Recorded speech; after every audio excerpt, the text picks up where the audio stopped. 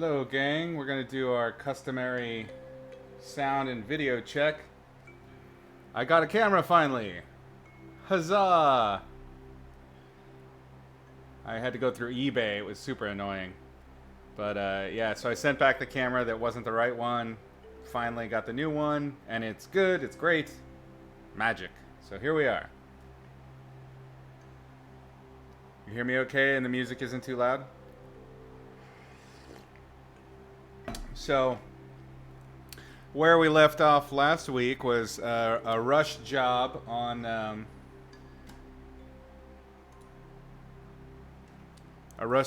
this guy over here, this creature. I was rushing because I was doing some testing for a art director position. I don't think I'm gonna get it, but we can turn that into a learning experience. It's just how it goes sometimes. You gotta put everything you can into it, and do you specifically. Really make that effort to do yourself, and yeah, it'll work out. Everything will work out fine. So I I actually opened up this painting to paint on it a little bit earlier before starting up the stream. And I opened up the old image and was painting on that. So this is the old image, and I started actually altering the old image, the first Photoshop file. I'm sure you've done this. And this is the newest one from last week. So there's been some changes. So now I'm looking back and forth between the two to see what I'd like to keep from either.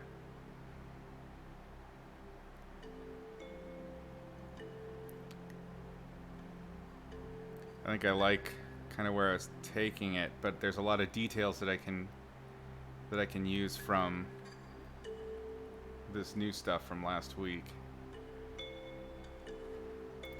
I've been working on managing the glare issues. We'll see how that plays out.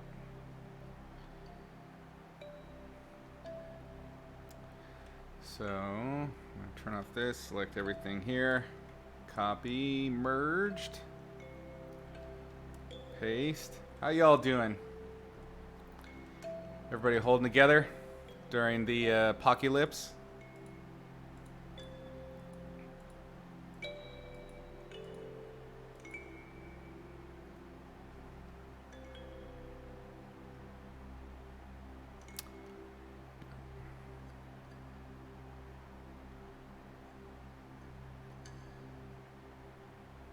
There's actually not a whole lot I want to keep from this.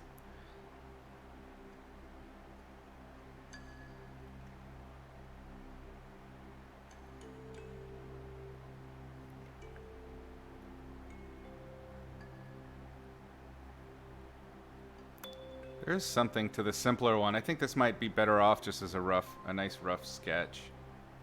We'll see.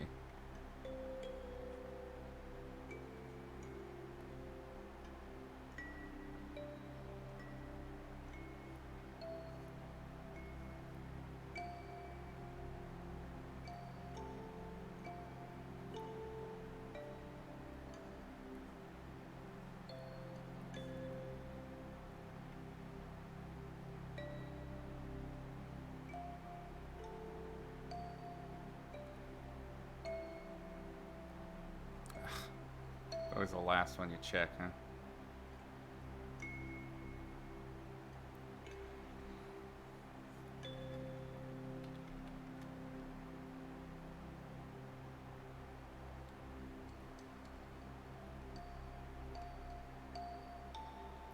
What time is it there, Irina?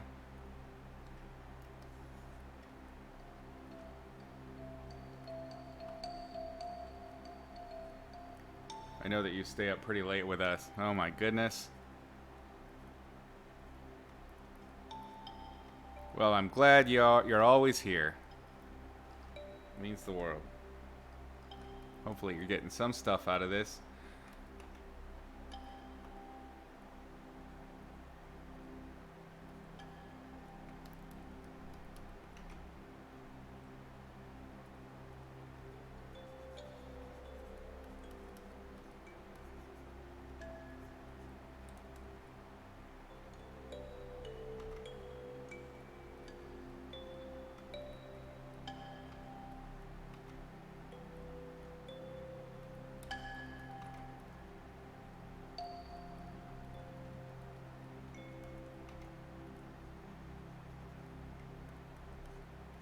Good little dangly bits like that, like those little spines I have coming out of her hood. Um, and it's presenting too much problem um, to paint that stuff. Just I would say paint over it. Like, don't try and block everything out. Just paint over it completely and then redo the spines. It's just so much easier. Hey, welcome, thug.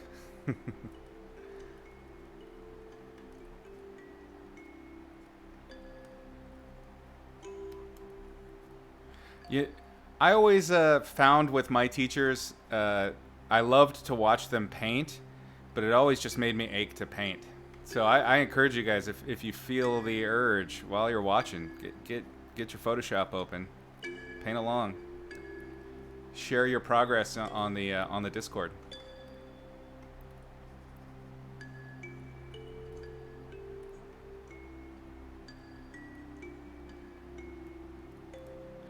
Okay.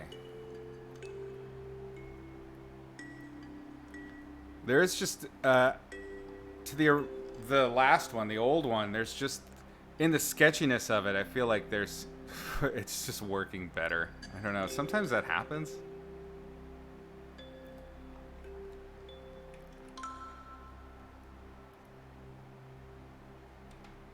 me change up my eraser so it's a little more subtle.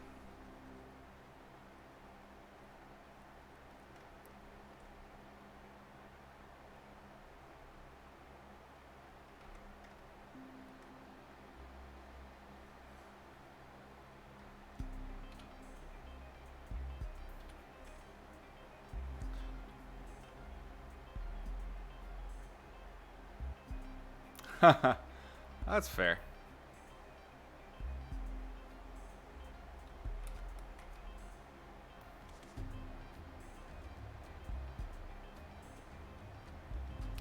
So all I'm trying to do now is kind of bring in that alignment again.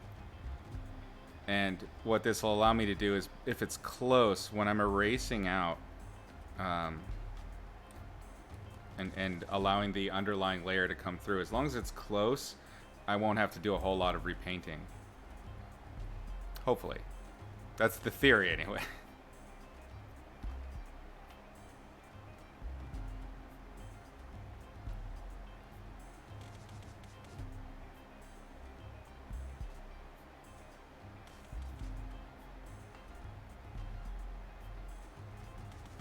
That's pretty close.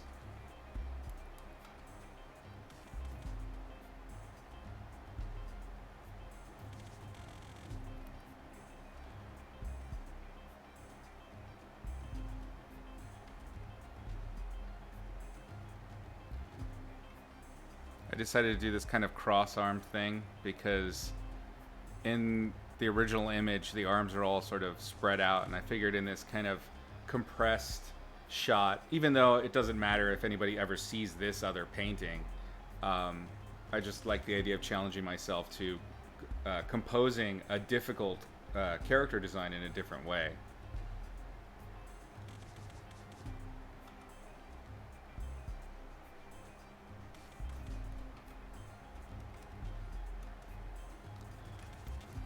I also thought it might be funny if she was giving the critter a snack.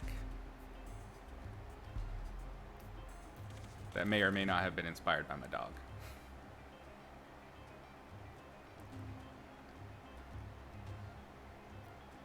I definitely think the over-rendered breasts are not doing it.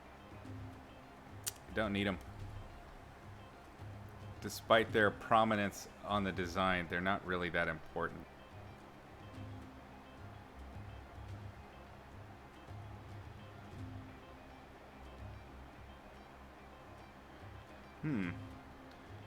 Now I'm looking at the creasing here, the difference in the lines between how the arm overlaps the breast, and with the one where they're kind of shrugged forward. I feel like that's kind of adding something it really doesn't need, but at the same time, that delineation and the strapping is working for me. So what I think I might do is knock back the shoulder a little bit.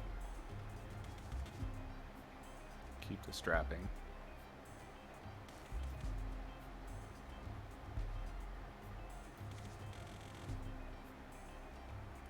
course, that's changed the angle of the arm a little. That's all right. This inner arm here.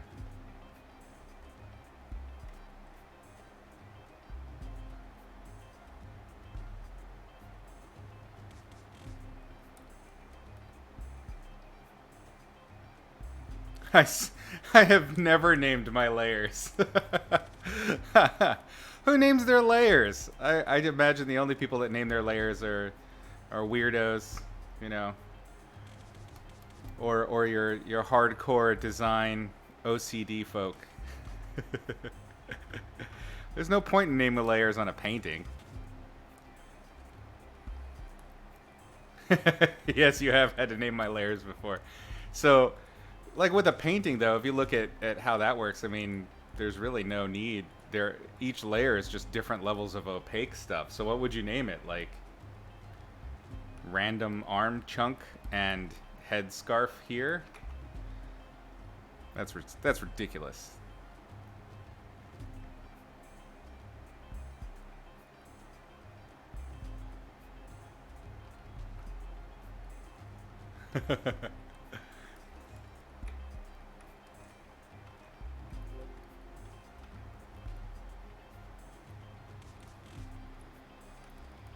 ADSR Thug and I used to work together at Sony.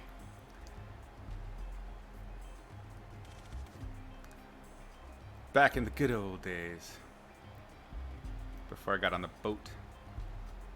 And went a little bit crazy from drinking too much salt water.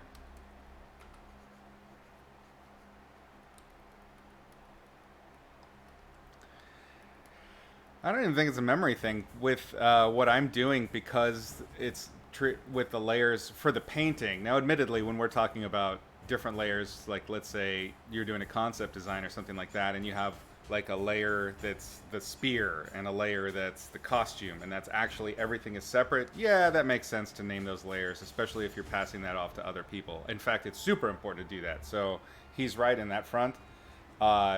When my thinking for how I'm doing my layers is just, it's a lot like painting. So every new layer is basically like a painting layer on top. And so naming it wouldn't make any sense because I'm painting all over the place. Once it's all crunched down and once I actually separate the pieces, yeah, all right, you're right there. But I still don't want to do it.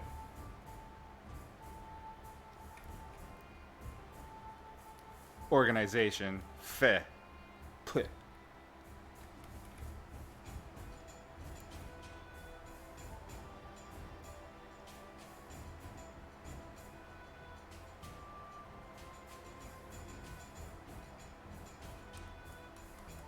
Yep. Don't throw your layer fascism at me, sir.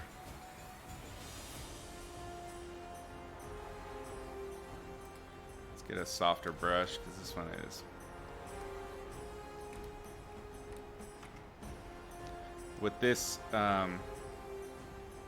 crossing arm, I'm going to need some good cast shadows. And it might mean that most of this rendering that I did on this forearm up here is just going to have to go. Just let it go. Always make big decisions in service of the entirety of the piece. Don't nurse details. I know that it can kill you sometimes. You've spent a long time rendering one thing and it looks awesome on its own, but if it's not working in the entirety of the piece, a lot of times it's just better to cut it or knock it back.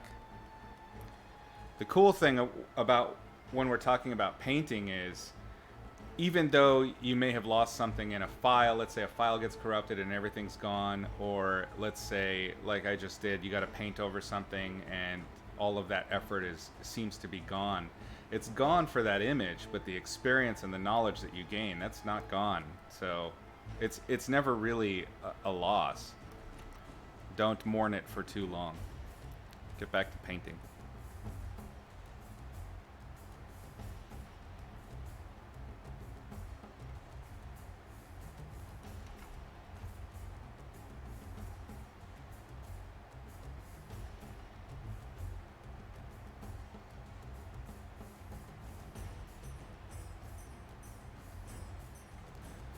Kind of want to bring back this shape a little bit, this weird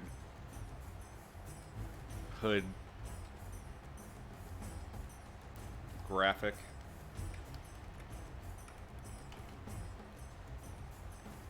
I think in the vein of what we were talking about last week with the idea of a complex story in a simple setting and a simple story in a complex setting, I need to simplify her background. She's just so complicated. I really don't need to do that much to gussy up the scene.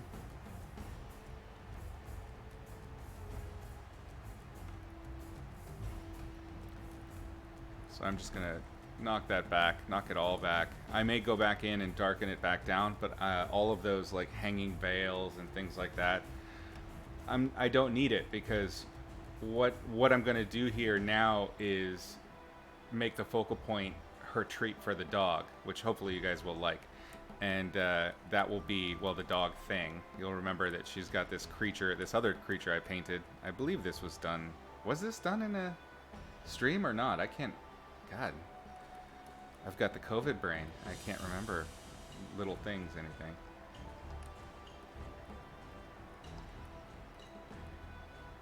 Oh yeah, I'm just gonna set her in a little figure studio like this, like what we have with the Sergeant painting. Simplify. I'm just giving myself too much to do. This is just meant to be like a fun little painting, and I'm starting to demand too much of myself. I'm letting feature creep happen. Creature feet.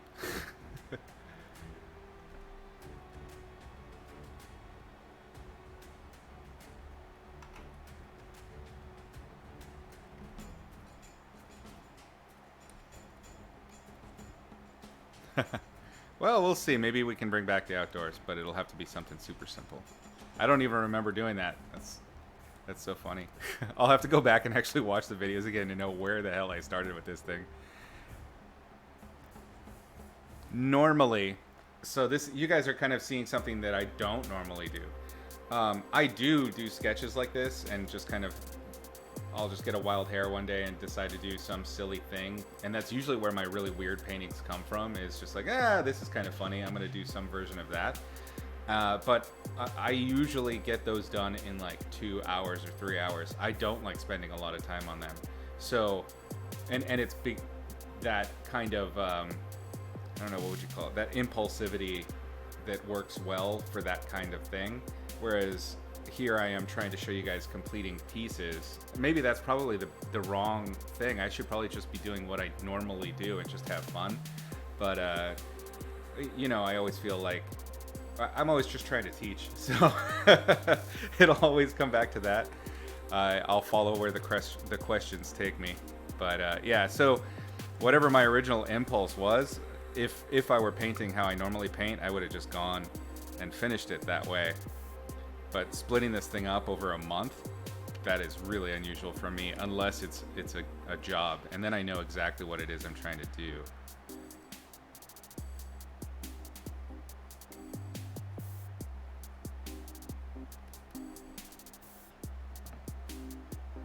Oh, I see. Okay, that was just kind of what you picked out of the patterning. Gotcha.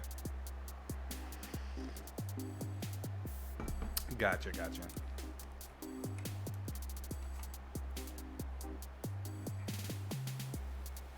I think I will try that next time, is to try and do a single painting in the one go, like 2 or 3 hours with you guys. And I mean, like I said, probably don't have that job, so it'll be easier for me to keep this current schedule, which is good. That'll be fun.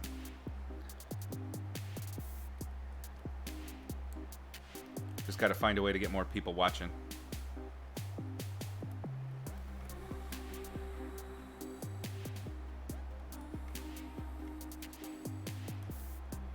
I will never be good at marketing. It's just not my thing. Serious question from Thug. When you flip the canvas on the y-axis, it's a fresh look or fresh eyes thing, or is it comfort whilst painting thing? It's actually all of those. I do it compulsively now, but it's definitely get fresh eyes. It's to check my proportions, to check the shapes, check my focus. But I will definitely do it for comfort when I'm doing figures and things. There are just some movements and motions that are easier for me to do in one direction. So a lot of my sort of C curves that are going to come like this, I'll flip it so that that curve will be more natural and I don't have to fight against it so much. This is, I mean, it's one of those things that you gotta have to lean on when you don't have a Cintiq. With a Cintiq, you can really eyeball and really move your arm around to get that thing happening. But because the Wacom tablet is not what I'm looking at, I'm looking up, it's much harder to know where the cursor is going to be and all of that stuff when I make these grand movements. So that's one of those things where the art, like the body part of art, doesn't really translate that well, like when you're sketching.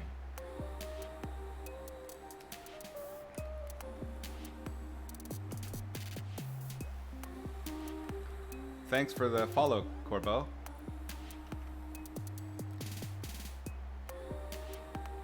Okay. Another thing that I always do when I'm painting, I think I've mentioned this in previous previous streams, this isn't technically a class, is I always look at the navigator too. So you'll see me glance back and forth because the navigator is sort of my like leaning back away from an image, but doing it quickly. Very useful. She definitely got back to being a little more Christina Hendricks-y. That's all right, not a problem.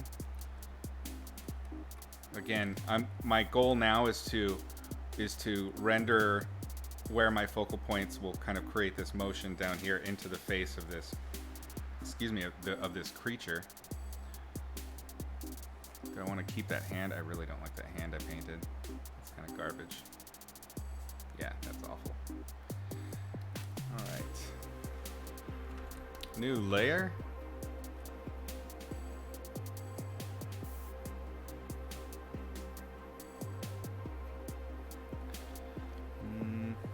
What kind of pose do I want for this?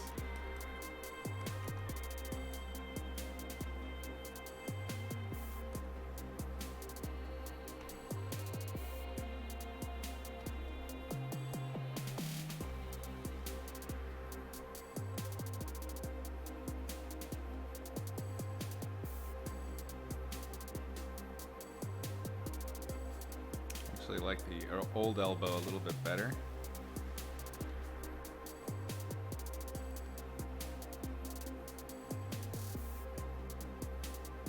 I'm getting too smooth with the skin, and that's that over rendering habit. Got to ease up on that. I'm gonna try and keep this feeling a little bit brushier.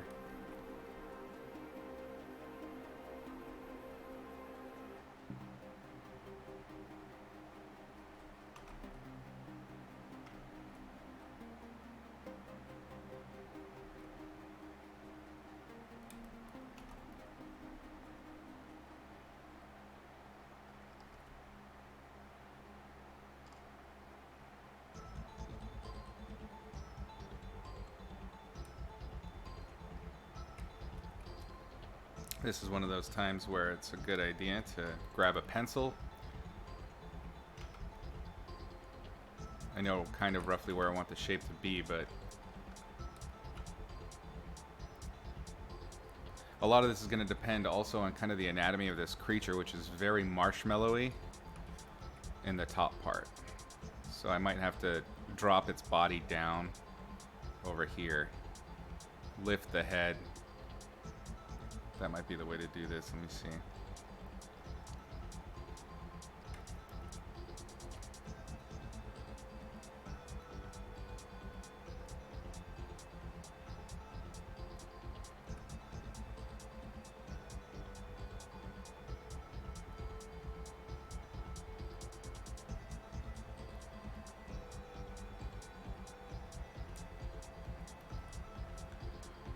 Can I make our hands?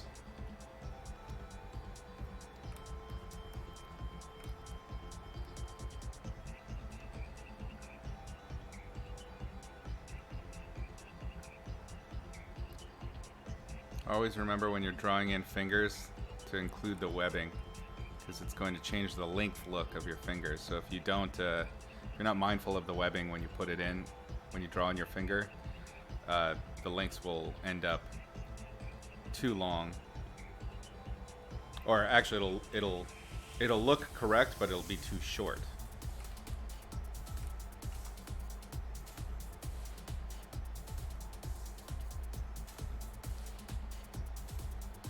Now it's okay to be chunky with the and exploratory with the pencil. You just can't do it with your brush. You got to be a little bit more deliberate with brushing, with your brush work. A little foreshortening. I don't know if it'll shorten things too much.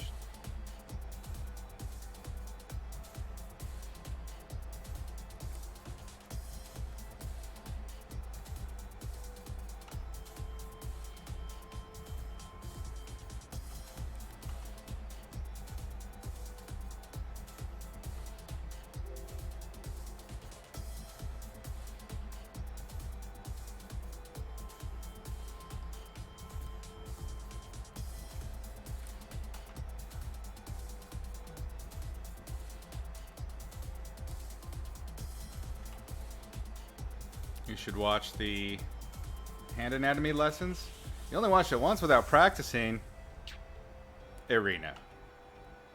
Gots to practice the hands.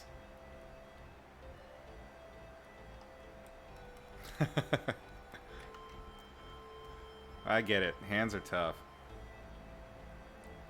I mess them up all the time.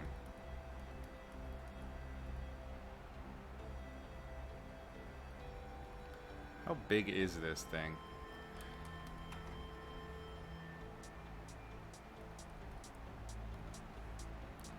So, one of the things you can do, just kind of erase down your lines a little bit and just leave them. What they do is they kind of create, it's just like painting, and painting over your sketches and things like that is, as you build up and you're giving yourself little notes here and there, it creates noise and texture, and it'll also create implied overlaps and things like that, which help with the three-dimensionality of your image. So if it's a freebie, you might as well keep it, is my approach. So what you can do after you've knocked back your line work a little bit like that is then combine that with methods like cross contour paint strokes. And then the two working together, it's like drawing and painting coming into one, and it's great. Which is worse, hands, feet, or horses to draw? Well, the hardest thing to draw, I'd imagine, would be a horse with hands and feet. That would be the worst. So a centaur with hands for hooves. I got an idea for a creature. Honestly, I think at this point I'm a little more comfortable with hands than those other two things. I still struggle with feet, almost always to do with how, when the foot starts to turn towards you. I'm not even sure if this is in camera. When it starts to turn towards you, the shapes of the sole and how the arch turns in, man, that can be really tough to do in foreshortening. Horses are just weird. Horses shouldn't exist. They're an abomination. I thoroughly believe that.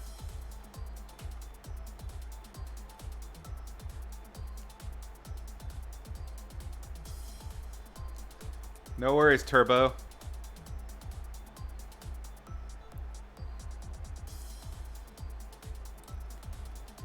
Quick implications of where my cast shadows might be to help me kind of round out the forms of the fingers. You have two ways of doing hands really with a painting. You can go super rendered, or you can go more suggestive. What I love about Sargent is he kind of does both.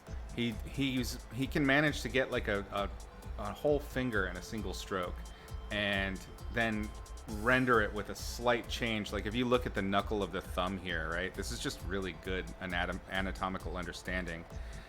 This right here you can see there's an, I know it's highly artifacting, but there's this undulation of value. And that slight undulation actually shows you where the bone is at. This is the termination or the insertion of the bone, that first phalange there.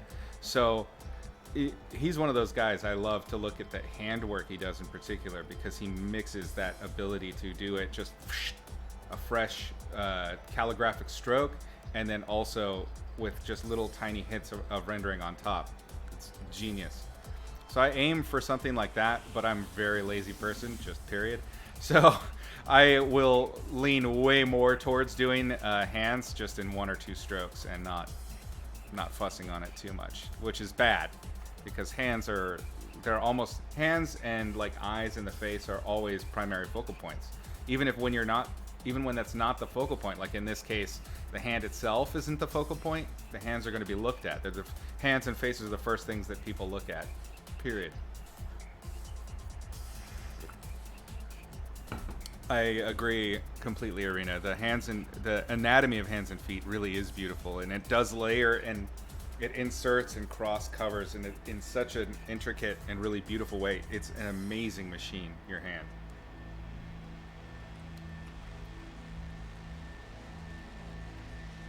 No! Kind of want to do what I did down here and just kind of just spoop it in.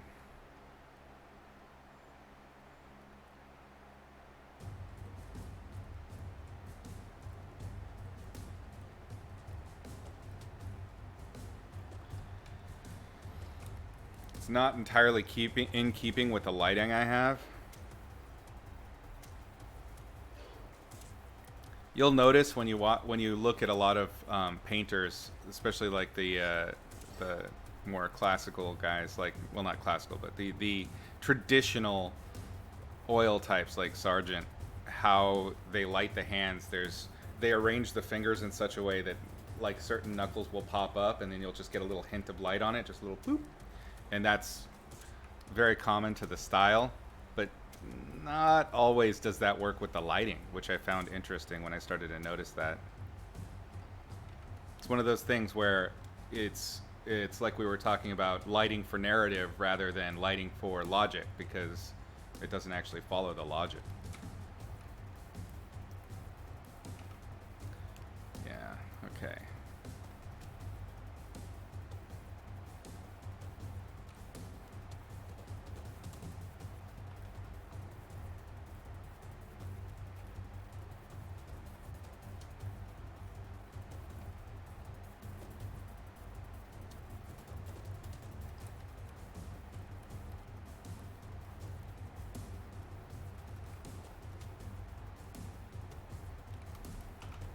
Alright, so I've outlined that hand a little bit, and it's going to need, just looking at values, it's going to need a lot more pop, because if you look at the value of the fur is going to really stand out. So either I need to tighten the values of the hands, or create really, really strong ambient occlusion where the hands are touching the fur in order to separate them from the shadows that are on the fur itself.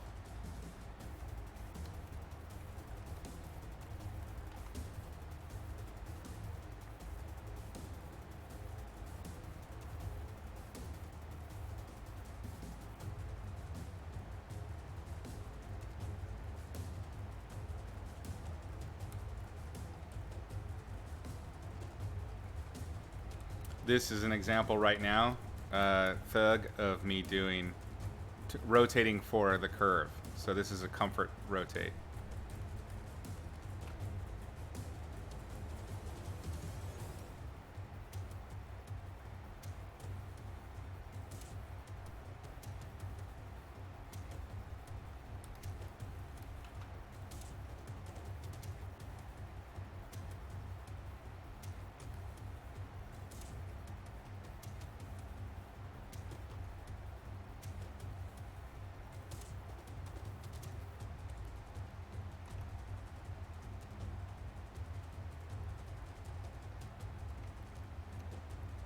You will see, I'm pretty sure I'm doing it, I just felt my face doing it.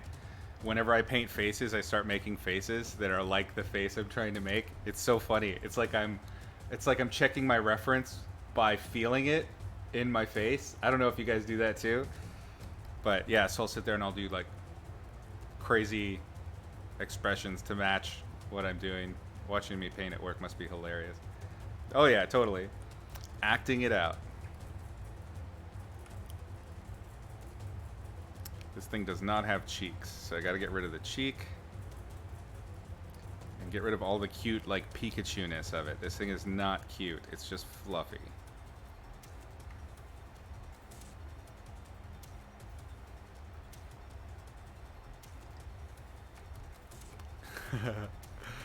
I did have a mirror, like when I was in school. I did have like a little. I remember I had a little desk mirror that I made out of a broken piece of mirror from a dumpster. And yeah,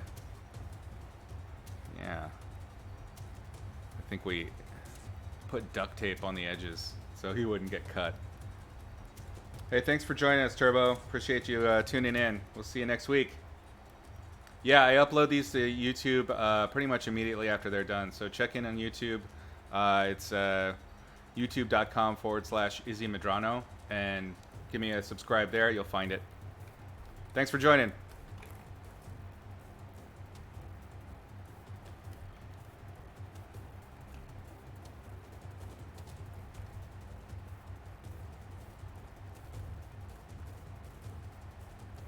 Kind of like this ruddy color for the shadow, so I'm switching out this gray I have for this new ruddy.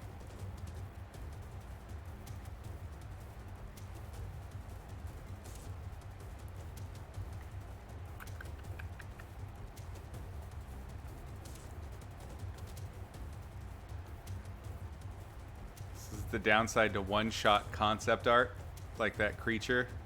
Now I have to account for how its limbs work, and they make no sense at all. I did this twice now with the figure and the creature.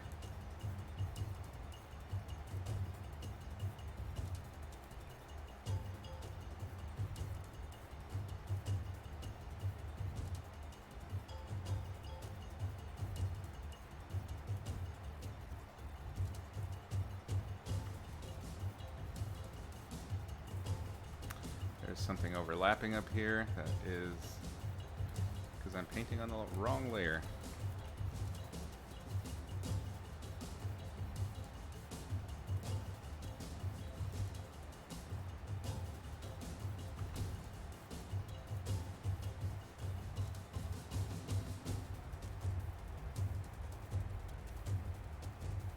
Their back leg. Take a look.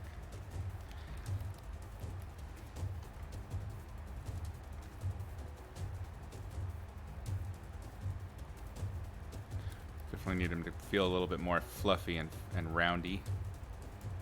Roundy is a word. Fight me.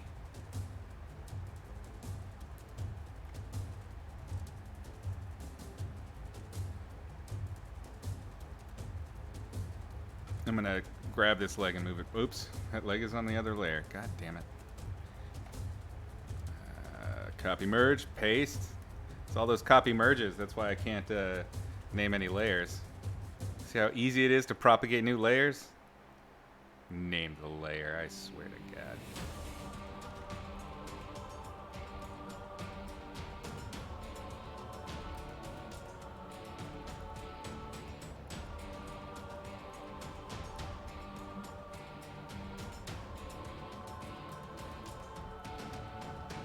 It's a horrible critter. Coffee.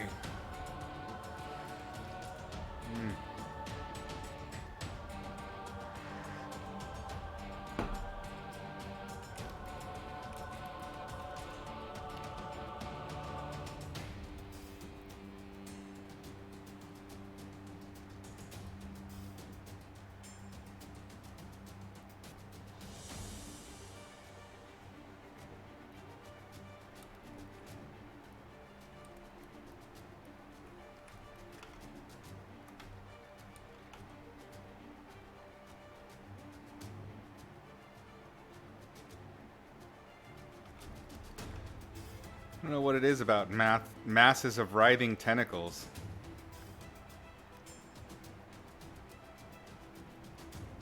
They're so fun to paint. It's so horrible.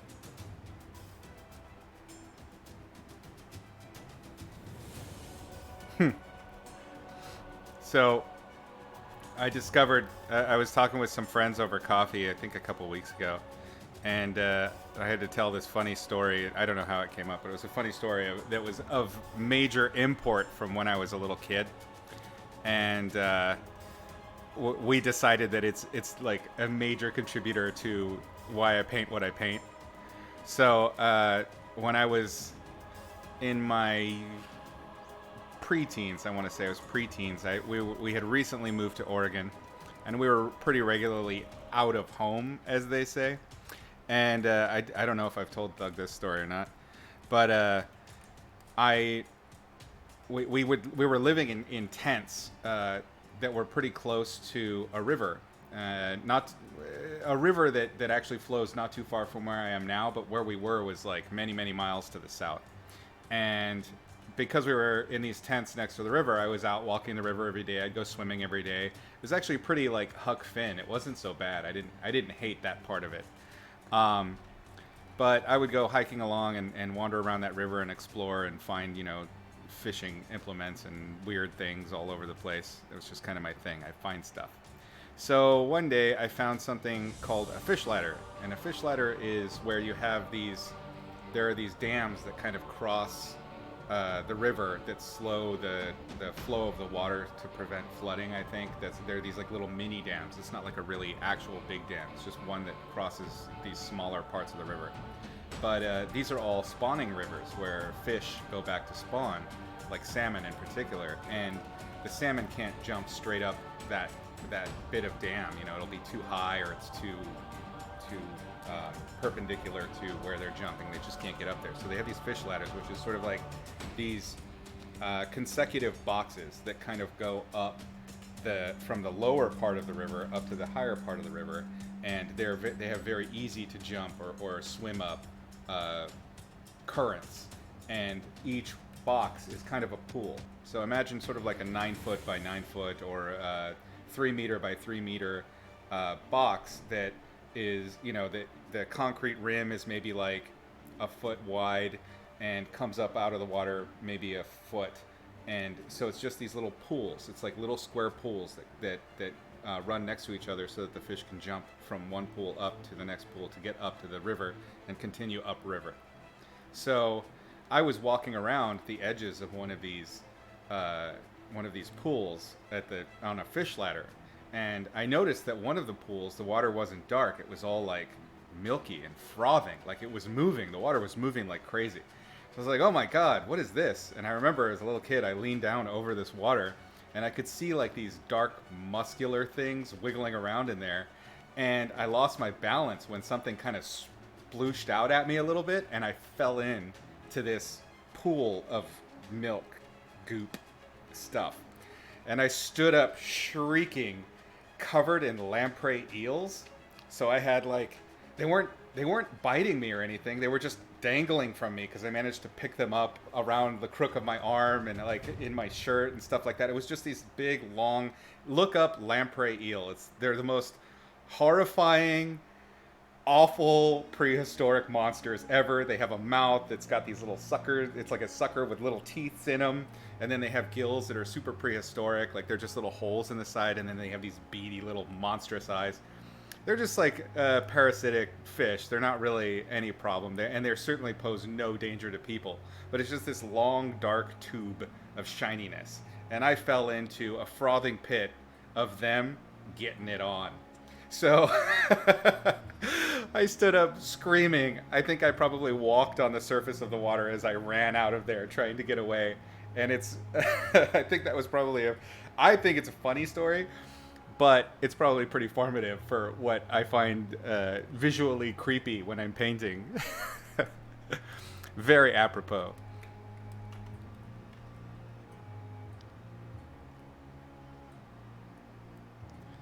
Yeah, that was a make or break moment. So I definitely have like I do not have superpowers. I do not have eel superpowers, but I definitely have kind of a minor eel. I have a minor eel phobia. So, and many of my friends know about my thing with eels. I don't fuck with eels, man. I don't even really like to eat them, even though I know that eel sauce is delicious. I just don't mess with eels. And I'm pretty sure everything has to do with this, and then my other experiences with lampreys living on a river. So I'd seen some shit, man. Seen some shit with lampreys. And I remember I told my friends about it. I was staying in New Zealand when I was still in college. I was visiting there, visiting some friends that were also in university. And I told them the story one night about the eels. So we went on a road trip, and they took me to an eel farm in order to get me to face my fears.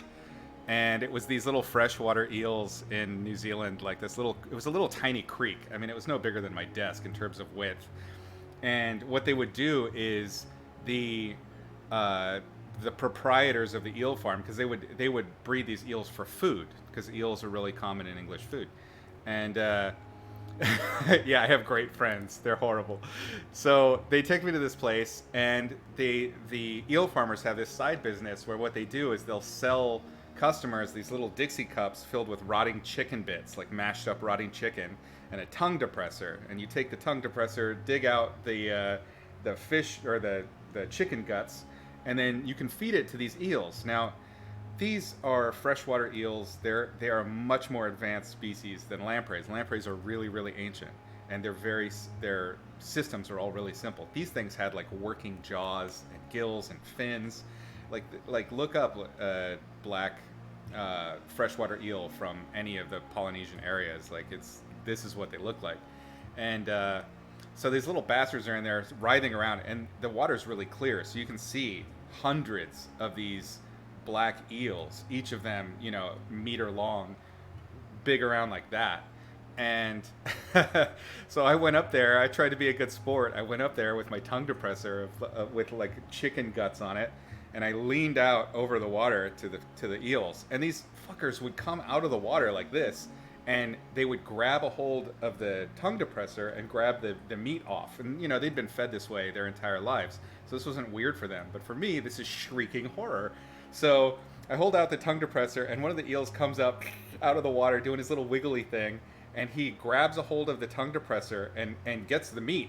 And I can feel his little tiny teeth sliding along the wood of the tongue depressor, and I freaked out and started screaming, and I was running around in circles. I let go of the tongue depressor, and it fell into the water. So I was shrieking, and I ran away from the eels. The scariest part was that eel that I fed came out of the water after me, like slithering up onto land. I did not know they could do that. So this fucker comes after me, and I'm like, son of a bitch, I'm gonna die. My friends are all laughing. They're filming me. This is on somebody's phone camera somewhere. I'm shrieking. This little kid walks over, calmly puts his hand into the water, picks up my tongue depressor, and brings it over to me with this look on his face like I am the dumbest bastard alive. So, yeah, that totally cured my eel thing. Yeah, I have great friends. Fucking eels.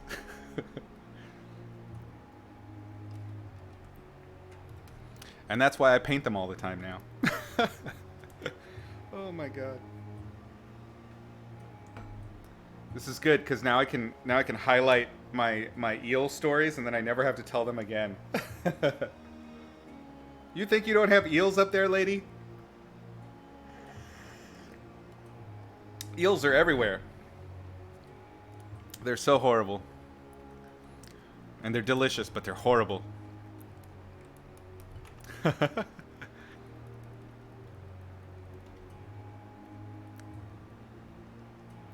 What do they call that, Ham? What's that English eels dish? Not eels and mash. Jellied eels. Which I've never had, but I've heard is actually good. I'll try it. I'll try anything. I try to face my fears. Let's take a look at our reference again. I don't want to get lost just in rendering this guy. I've been slowing down a little bit with my storytelling, but that's a funny story. You've never heard of jellied eels? Oh my god. Look that shit up. That is a thing.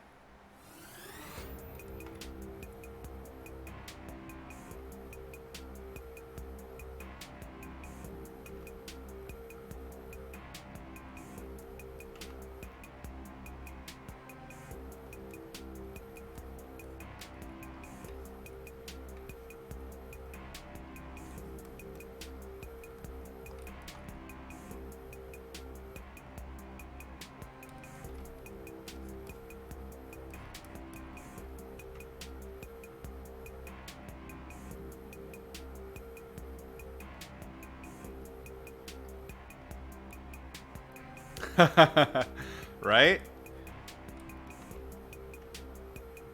It's not a pretty looking food.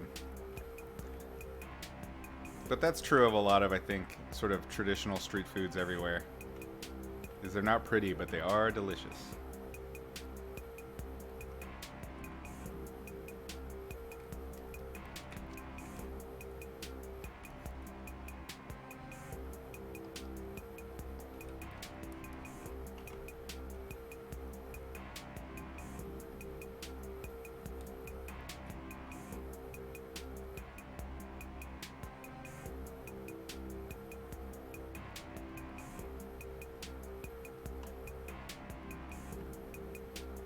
This is something that I used to do a lot with acrylic painting as well, where I'd glaze with a really high saturation red or something like that. And it works sometimes, but also when it goes over darks, I don't really like that. It makes it look like a Bosch painting or something. It's like an old style I'm not really fond of in terms of rendering.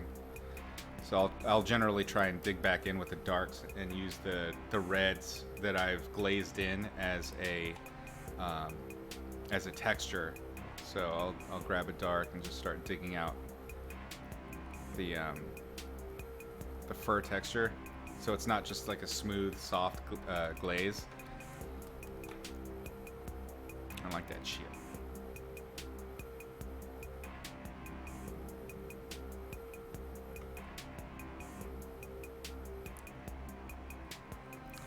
I definitely see this thing as some kind of weird Pomeranian tick, which I guess is the definition of a Pomeranian. I'm kidding. For Pomeranian lovers, I'm teasing, of course.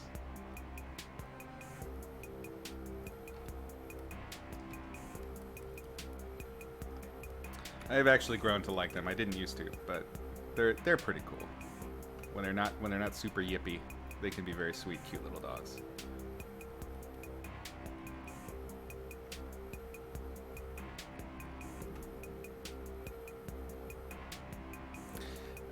I think how the Pomeranians finally won me over was that one video that was going viral of the Pomeranian getting snips of the little scissors, and he was doing his little dance like this.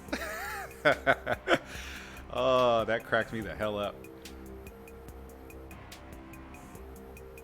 Hey Demage, how's it going, man?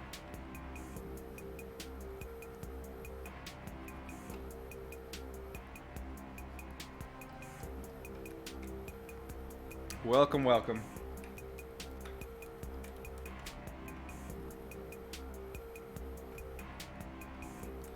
All right, back to the hands. So when I was talking about doing that separation using a little bit of ambient occlusion, this is kind of what I'm talking about. Just creating little pockets of shadow. It's an interesting thing about fur. So how I've explained, you know, with the very first free lesson on the logic of light and color on YouTube, where light is perpendicular to your object, you're going to get the most light. Well, fur totally breaks the rules with that, and so does hair. That's why you get some really unusual highlights with fur and hair. And I get into that. There's a whole fur lesson on the Gumroad. But one of the interesting things about it that I don't think I talked about is how fur changes the ambient occlusion, because there's so many objects in there that can break up the light source catching in there and ultimately end up pulling shadow rather a little bit more. The ambient occlusion, when you have something that's blocking light from fur that's close to it, can be darker, and the spread is a little bit wider because of the material itself. And that all has to do with the behavior of the individual objects that are the fur. I'm glad you like the puppy, Demage. We were just discussing how it is very much like a Pomeranian.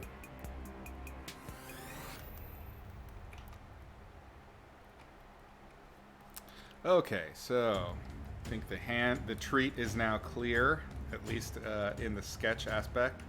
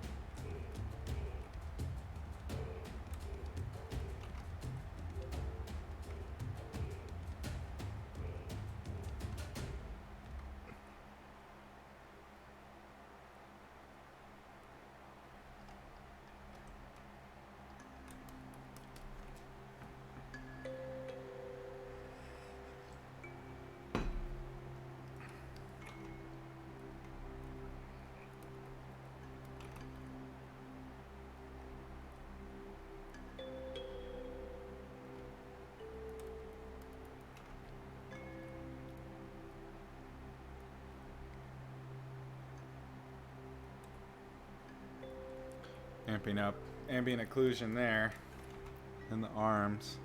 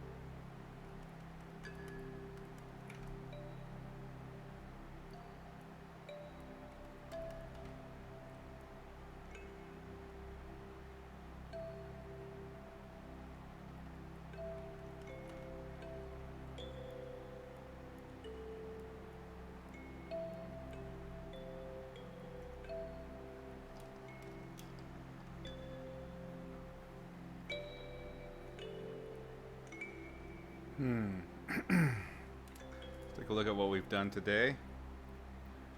Group that. So there's some pretty big changes I feel okay about. But the most important thing I think is right now it's starting to feel like it's going in a completable direction, where I was kind of a little bit more meandering before. I couldn't really figure it out. Of course, this is what happens every time is once I leave it for a couple of hours, or not a couple of hours, once I've been working on it for a couple hours and then I leave it for a week, then I got to do this all over again and figure out where I'm going. So let's see. Whoops. Gonna save this, make a new layer. Where are we on time? Hour 20. So I'll keep at it. I'm gonna see how far I can get on this. I'd like to get this to a point where I can call it done. 3 weeks is too long. It's just too long. Life is too short.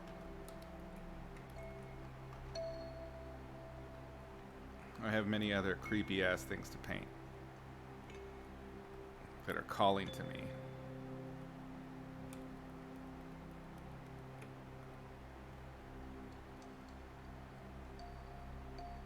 A little more purple in that.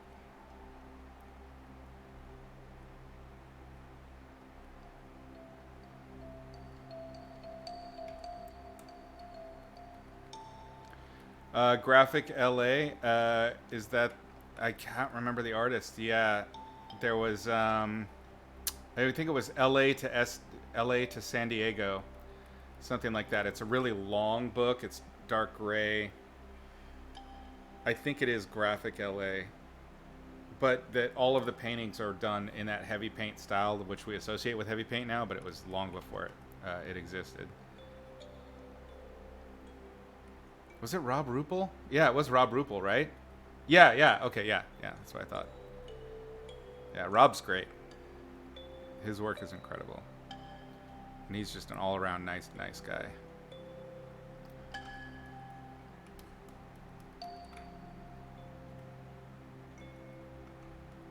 Is this leave a painting overnight to see the issues, a common technique in the industry?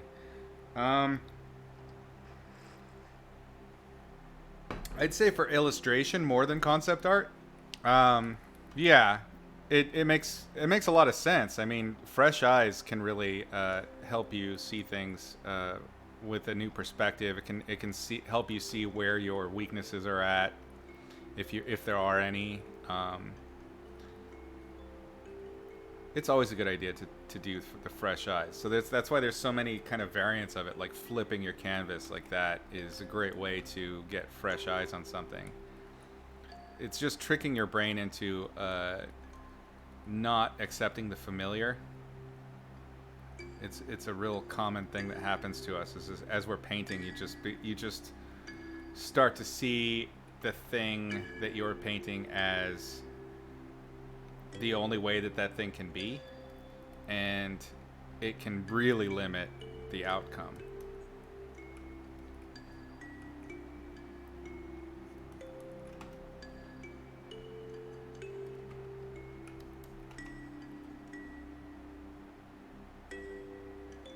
I think that's true of any of the visual arts too.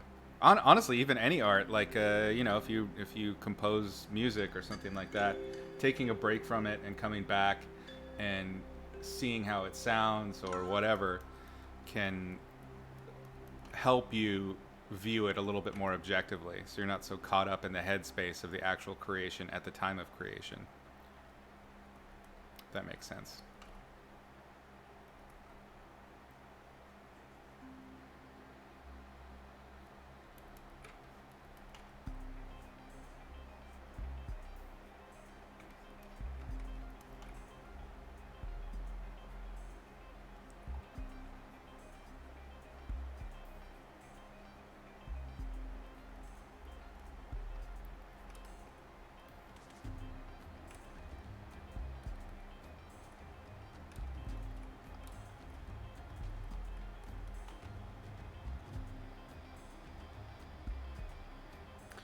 I believe this was originally some kind of basket in the photo bashing lesson. So I'm gonna see if I can kind of bring back that feel a little bit. That's the good thing that photo textures can give you, is all of this little noise and visual interest that when you're painting it from scratch, you have to make up for it. You have to make that noise happen. That's why I'm talking about all of these techniques like underdrawing and painting up and build up using hues and texture and all sorts of stuff. And what that does is it kind of does the same thing that the photo bashing does. It gives you that visual noise, which makes things kind of appealing. Not better, just appealing. Because there's something absolutely to be said for, really graphic, beautiful artwork, which I love too. I mentioned a gouache artist from school. Yes, that was Mike Hernandez. Thank you. Oh, you guys are so great at keeping track of this stuff. You guys should be my managers. I am shit with that. Organization has never been my forte.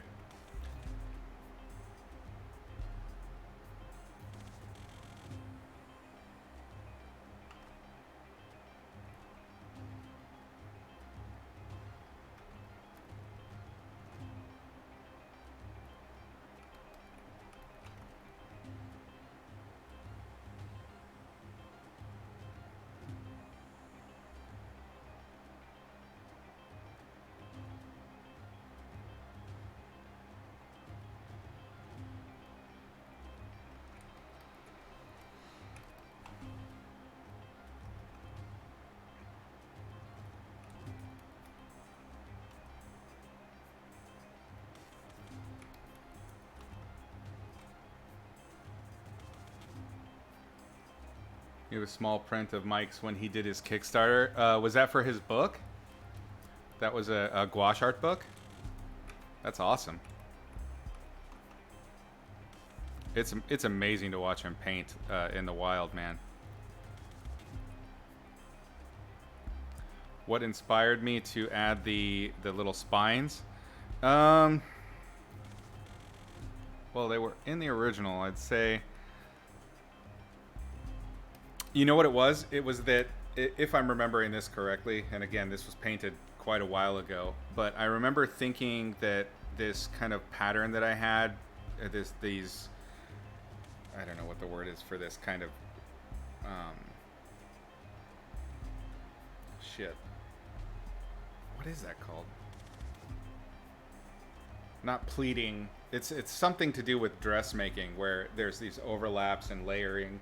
So I kind of just made that into her hat, and then it reminded me of a paper wasp nest, and that's where I just started drawing sticks into it. So that was basically it. It was just a visual cue that led into another visual, and that's how a lot of my work happens. Is I'll see something that makes me think of something else, because that's the essence of ideas, right? There is really no such thing as an original thought. What feels like an original thought is, and something that is unique, is the combination of two disparate ideas into something new, and then how you weld those things together is where your idea comes from.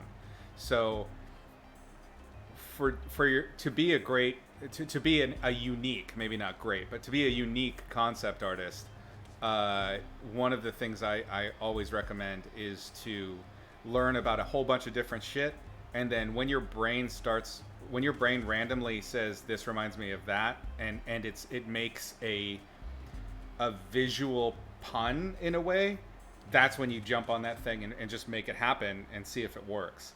And I say visual pun specifically because it is taking a concept and using the same verbiage or same visual language, flipping it on its head in some way, so that it is a play on that concept. And by doing that, you're going to develop something that will look unique. It will look like it came out of thin air, but it didn't. There is actually like a process for how all of this comes together, and there's a way to make it happen. So you can do this on purpose, and that's kind of what I talk about with that concept bit. It's a shame you couldn't pick it up. Hopefully you can buy that book now, because his work is really, really great. That he's quite amazing at capturing like the essence of that environment, and he does it so minimally. It's really incredible. There's another, I don't know his name at all. I believe he's Chinese. Does these great. I'll if you follow me on Instagram, I'll dig it up and I'll put it in my stories of this guy. He does, and he videotapes, or not videotapes. He makes videos of himself as he paints, and he uses a fan brush, the kind of like comes out like almost like a makeup brush. He uses a fan brush to do almost all of the build up for his buildings and environments, and it's all done in really vivid, slightly pastel-y gouache, and it's beautiful. Really, really cool.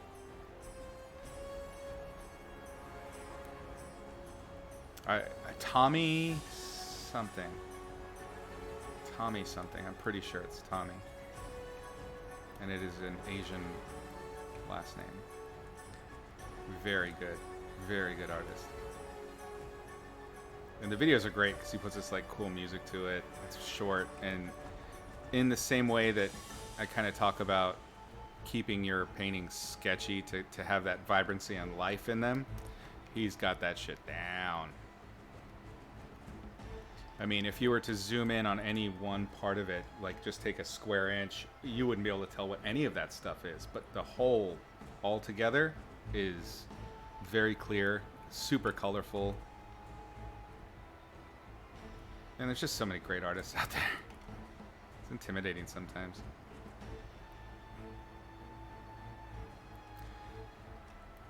Just try and remember, you've got your voice and your way of doing it. And that's what we want to see.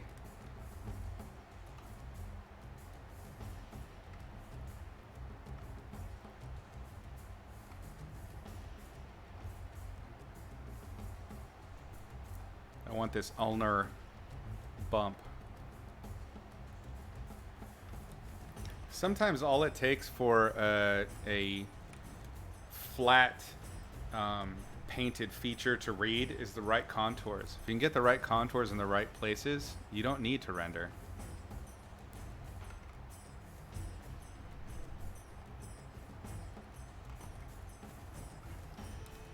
This brush is all wrong for contours though. Whatever.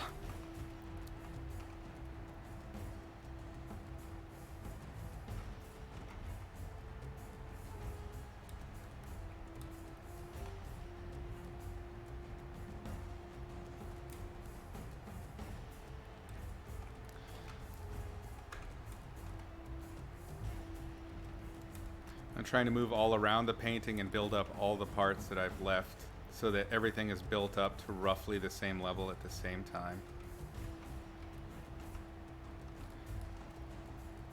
Thug asked earlier about rotating the canvas. This is one of the reasons that I didn't think of at the time, but there are a lot of brushes that work based on the angle of the brush is relative to the angle of the canvas. So with this brush, it is a vertical drag brush for creating that texture. If I drag it side to side, it's just really thin and calligraphic. So it's like using a calligraphy pen, right? But if I want to get textures that are going to run around the contour of something, then I got to use that brush in a way that it kind of can wrap. So I get those bristles. I want that bristle effect. And this is how you would do it with a real brush. You would just rotate the brush in your hand as you were drawing around the surface of the fur. So this is another reason you would do canvas rotation. Although this isn't canvas flipping, which is what he had asked about. Wacom does have that. I've used it. I don't like it. I like it. I like this better. I think that would work great for a Cintiq or something where you can actually see the work that's underneath. But for a Wacom tablet, like a standard slate, it didn't work for me personally. They also had an airbrush for a while that I tried. They all just felt like really expensive peripherals that really didn't. For me personally, they didn't do the job well enough to make them a necessity. And they didn't, in some ways, they actually would make the job harder.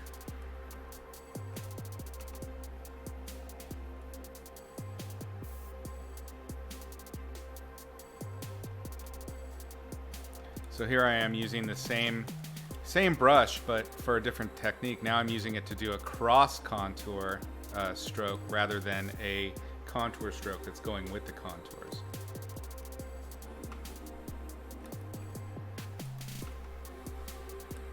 I'm going to need to really brighten up where my focal point's going to be, which is the contact point of the arm that's being eaten.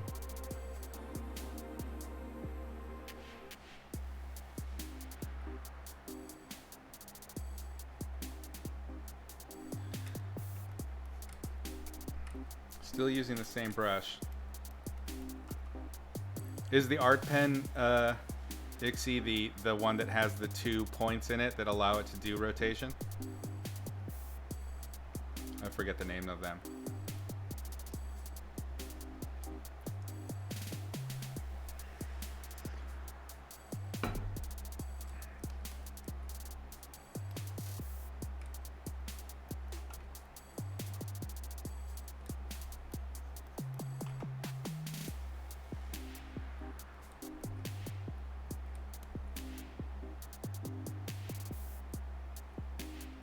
Yeah, okay, that's what I thought.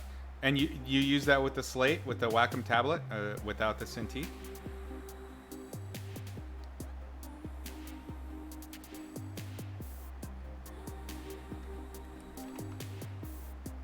Oh, wow, yeah, okay. Like I said, different people just have the different tastes. That's totally fine. That's great.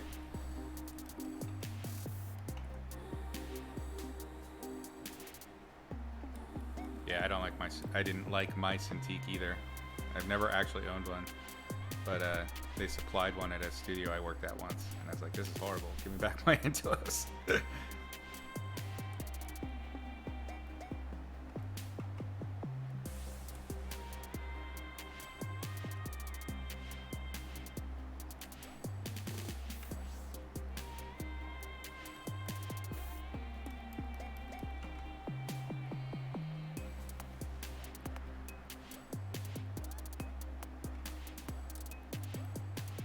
Oh yeah, the iPad with the iPad Pencil is fantastic.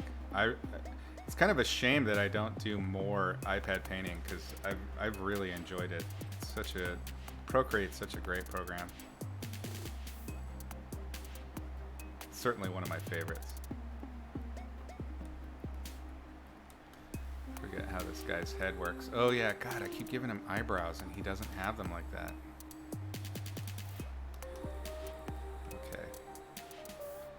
Sometimes it helps to just put the thing that you're painting next to the thing you're painting. Yes, that grammatically makes sense. Kinda. Shut up.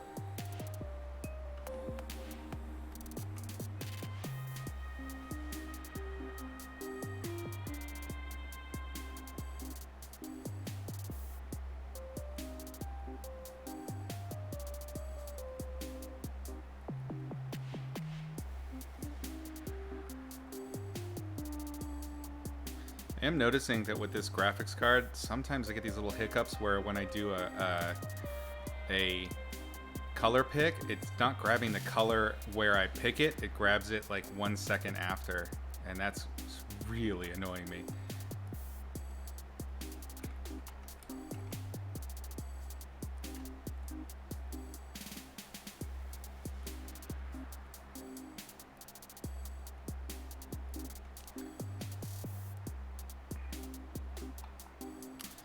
Hello, Dan. Welcome.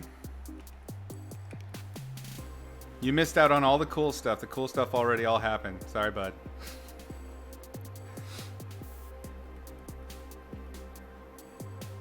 I'm glad you could join us.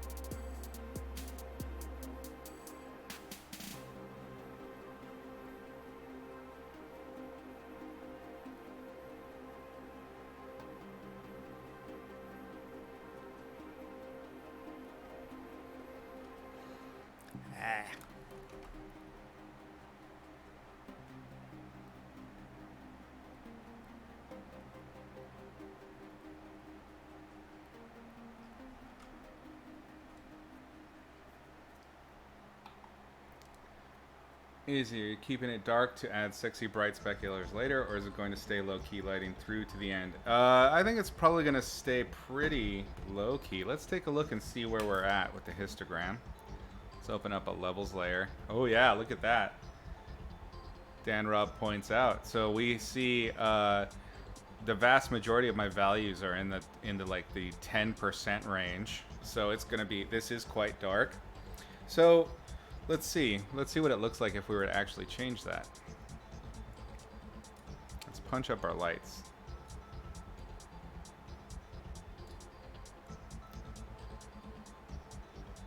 If, when you've been painting, your value key holds and you've managed to maintain a good value key, whether it's light or dark or whatever, if you've been painting it well and adhering to your key well, if you go in with the levels like this and you start messing with the levels, it should still feel like the values are relating to each other correctly.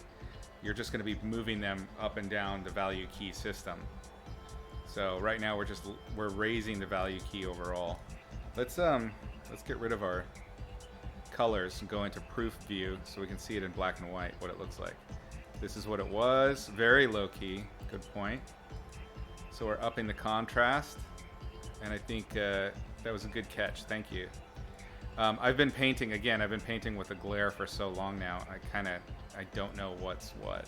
But when you see it mathematically with a histogram like this, it really helps to know where you're at. So I also didn't have any true blacks in there, which is fine. I'm actually going to pull that back and keep it so I don't have true blacks, to leave myself room for an accent value. And I want to do the same thing with the lights. I want to leave myself room for accent values into the light, but also bring up the contrast overall and bring the value key up higher. So let's turn this off so you can see the difference in how dim it was. Is it, Damage asks, is it better to keep painting in that initial value and doing the levels in later stages, or do it earlier? Honestly, it doesn't matter. No matter what, after you do levels, you're going to have to do more painting in order to smooth things out, because levels are not going to 100% do that value key transference in a way that's going to be visually appealing for you in your style. Like in this case, I'm noticing that the shadow side is too bright now in this new version, and I'm going to want to go in and paint in and bring it down. So it really doesn't matter as long as it's done before the very end, and you know you're still going to be painting. It's not going to hurt anything. What it can do, if we want to be very 100% brutal about it, levels can, if you are expanding too much or crunching too much, really create artifacting in the jumps in the tones. So you want to be careful, be as subtle as you can, and then paint on top, no matter what. So don't do it at the end, but whether or not you do it in the middle or kind of the last 75% of your painting won't really matter. What it will do is help you get your direction where you want it to be. Dan Rob says, I thought it was intentional. She looks like a character that would sit in a very dim room. Yeah, she is, but also that we have this original where she's outside. So I don't know. I mean, I think what I'll aim for right now is to do a more traditional looking sitting painting, and that means like having a pretty good singular light source that gives you cast shadows and form shadows to play with. Because this is meant, my thinking here is this is meant to look like kind of those old portrait studies that were done of like a baroness or something like that, and I want the weirdness of the scene to play against that. So what's the weirdness of what's happening and the creatures involved will play against the more naturalistic traditional way it's painted. And in that case, I think with the concept I have in mind, with that in mind, it would make more sense to let this, instead of it being dim to match the character, actually paint it like you would light, a dame, how Sargent would light a dame, with a nice sort of window or something like that. That's kind of the thinking here anyway. Let's take our color back. So one thing that levels will mess with is our colors a little bit. And I can see, you'll remember last week I was talking about how you can see where you have value jumps that are too big by crunching your levels. Notice that I don't have any blacks in here. That's because the value, I never took it to true black. And true black doesn't get along with the other colors when you use a histogram on it. That's how you can see when you have too many darks. And that's why I save accent values for the end, and very rarely will my accent values be true white or true black, because when you get those in there, that crunch can happen, and then it can be visible on different monitors. Some monitors are not as good as others, and they won't be able to tell the differences in subtle contrasts, and it'll just punch a contrast that won't look, and it won't look right. So you got to be mindful of that sort of stuff.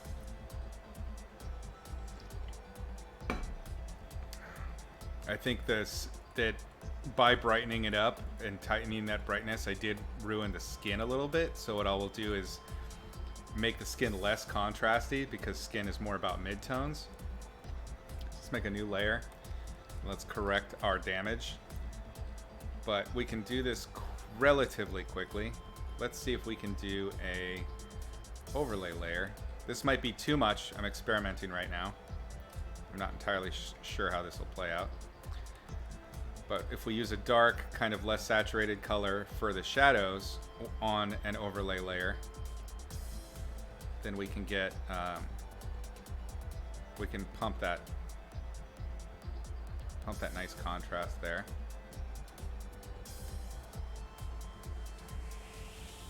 I'm not pressing very hard at all, because if I press too hard, it'll start going black, you see? Oops. Let's redo that layer, and then I'll just erase that part.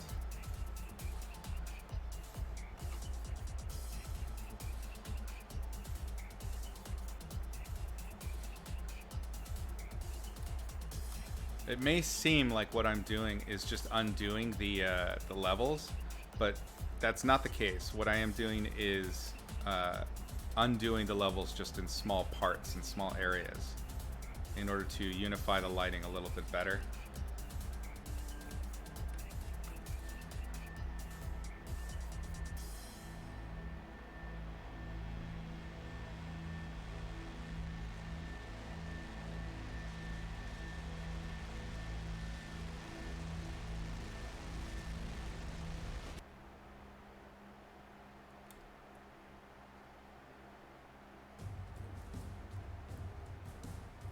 And by raising the values with that levels, now I have more play. You saw how tight the value key was. By opening up the value key a little bit more, that gives us some opportunity for rendering in shadow areas and things like that. It's not always the solution, absolutely, but in this case, it worked out okay.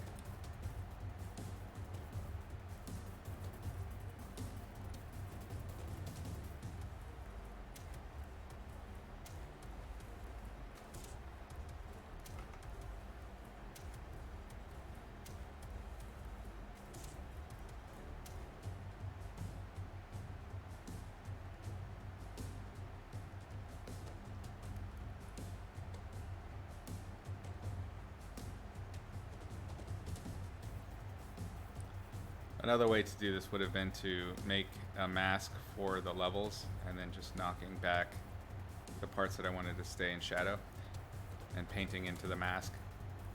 But this will work, it's fine.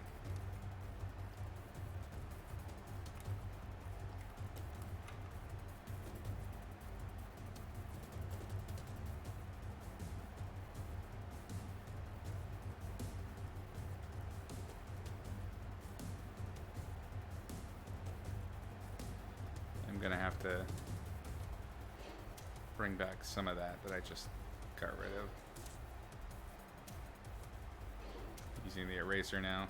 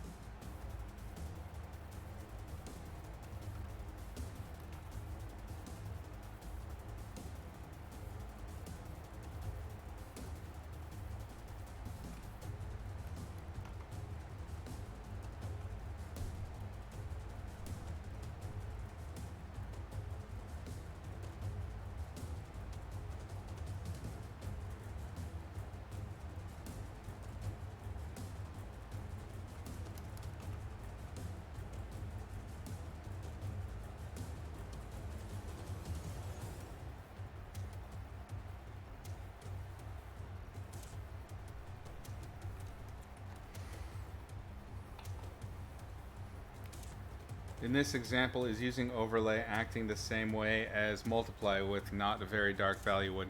No. Overlay and multiply behave slightly differently. It's not enough of a difference that most people would notice, but there is a difference. Overlay, so multiply acts, it takes the value and color that you have and then doubles down the darkness of that. With overlay, it does that, but also adds to saturation. So something that's very low saturated becomes a little bit more saturated. It's just a different way of controlling the same thing. I like the effect, like multiply. It's how it behaves with the pixels that are underneath that thing. With multiply, it tends to just go straight to dark, and with overlay, in my view, it goes to a little more richer. It richens. I don't know the math behind it. I'm not good at that part, like what the actual shader effect is doing. But in terms of the output, overlay will generally, like overlay and soft light will generally, they'll do the same things that you're looking for in other traditional layer styles, but they add richness, if that makes sense.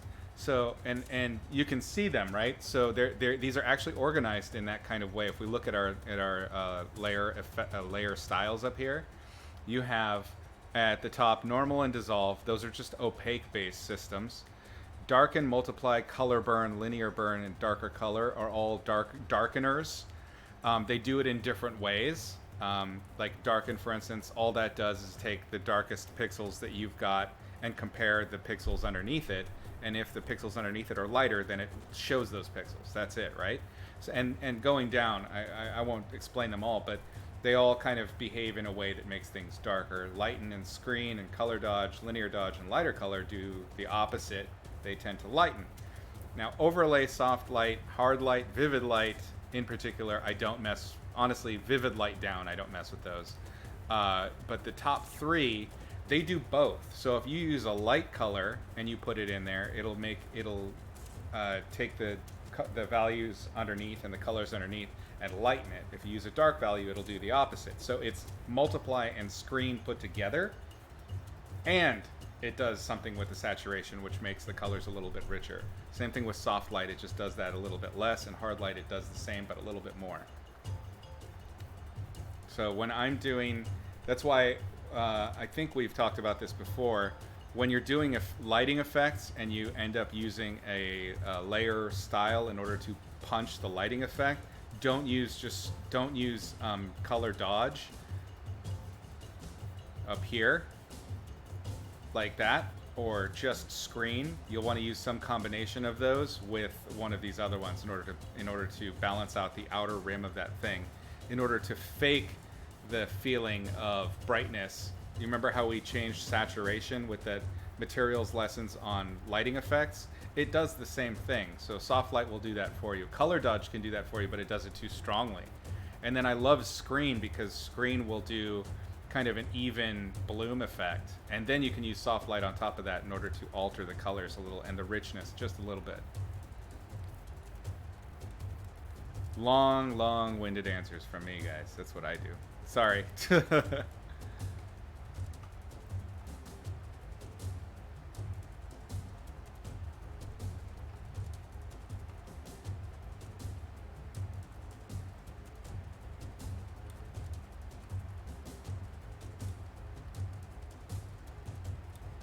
Good.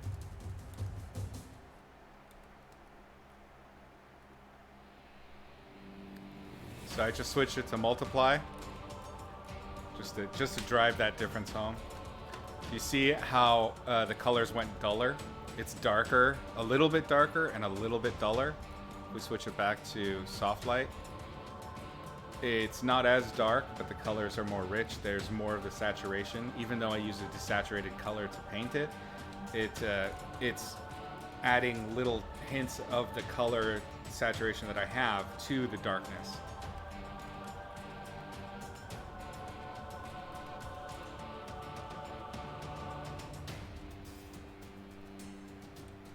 Yeah. Let's turn back on this guy.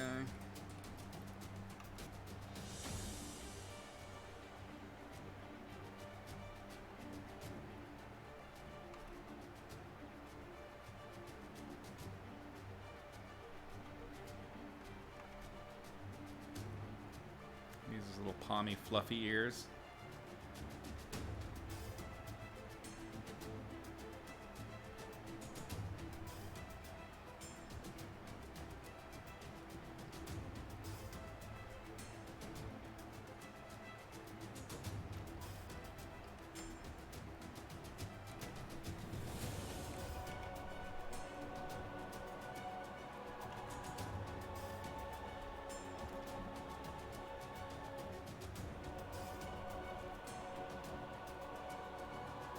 Super fucked up teddy bear.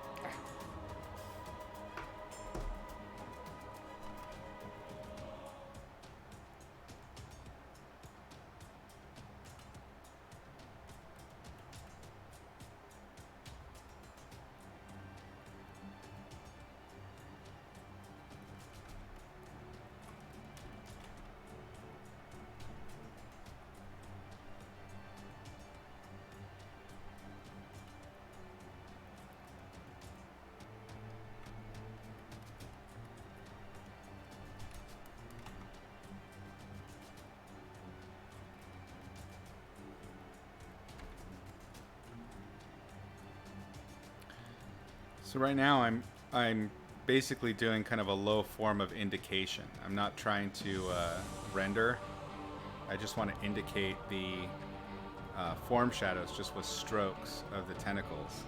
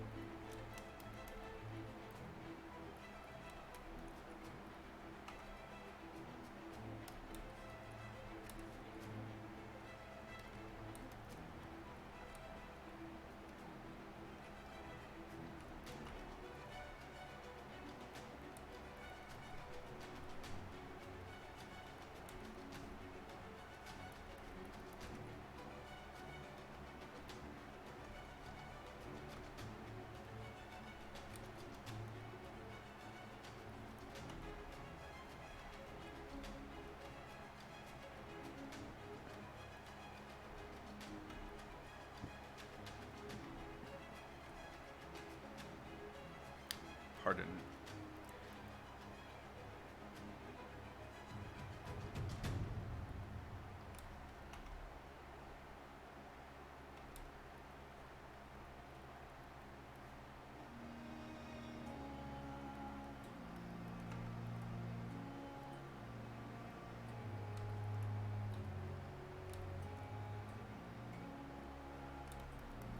Looks like I kind of did a weird webbing thing up there.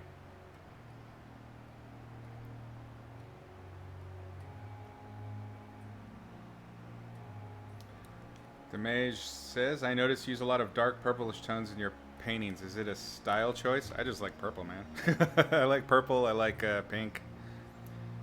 They are visually appealing colors to me. That's it.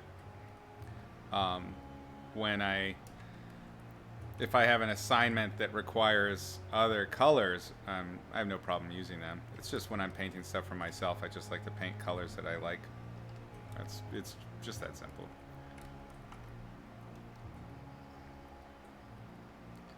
I'm going to see about making this a little bit more mutant-y so that the join is not so smooth.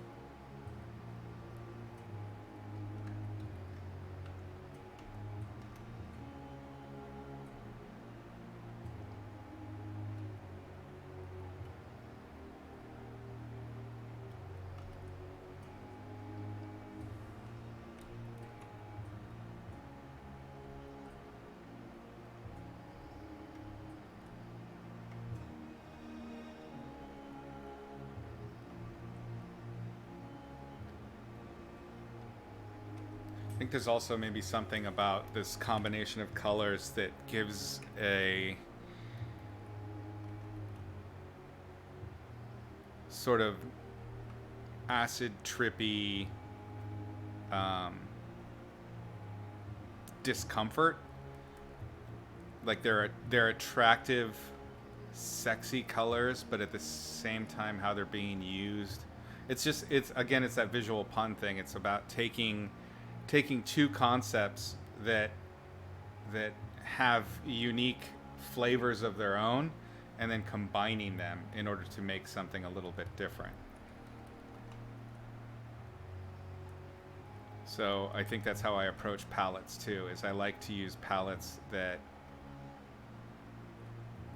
don't necessarily match the content. And in a way, what happens is it makes its own content, and it becomes its own thing, and then that it's a, what's the word I'm looking for? Not a zeitgeist, but it becomes its own thing. It becomes a style in and of itself.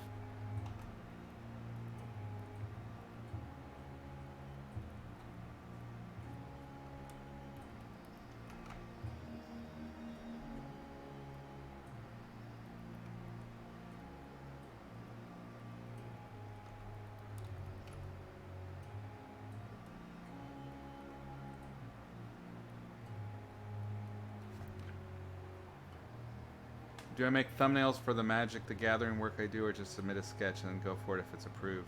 More the latter. I think I've explained this before, but basically how I've never been a huge thumbnailer. I do use it if I do use them if I'm struggling with a visual for an idea, or if my traditional approach didn't work out. But I tend to just go straight in. But the reason that I go straight in is that I spend so much time doing what I call percolating, where I get given the assignment, and then I'll do a bunch of research related to that assignment, and I'll do the same thing like I've been telling you. Like, I'll find things that kind of inspire a shape or a color or something but it's not necessarily an answer. This is the biggest problem I have with my concept students, is how they would Google is just broken. I don't recommend getting on Google. Like, let's say you have to design a rat creature. I don't recommend getting on Google and looking up rats. Not to start anyway. Not for your ideas. For getting the creature to look rat-ish, sure. But for getting ideas, we just talked about this. Ideas don't really come from just taking the obvious thing. A great idea, or at least an original and unique idea, comes from combining two disparate things.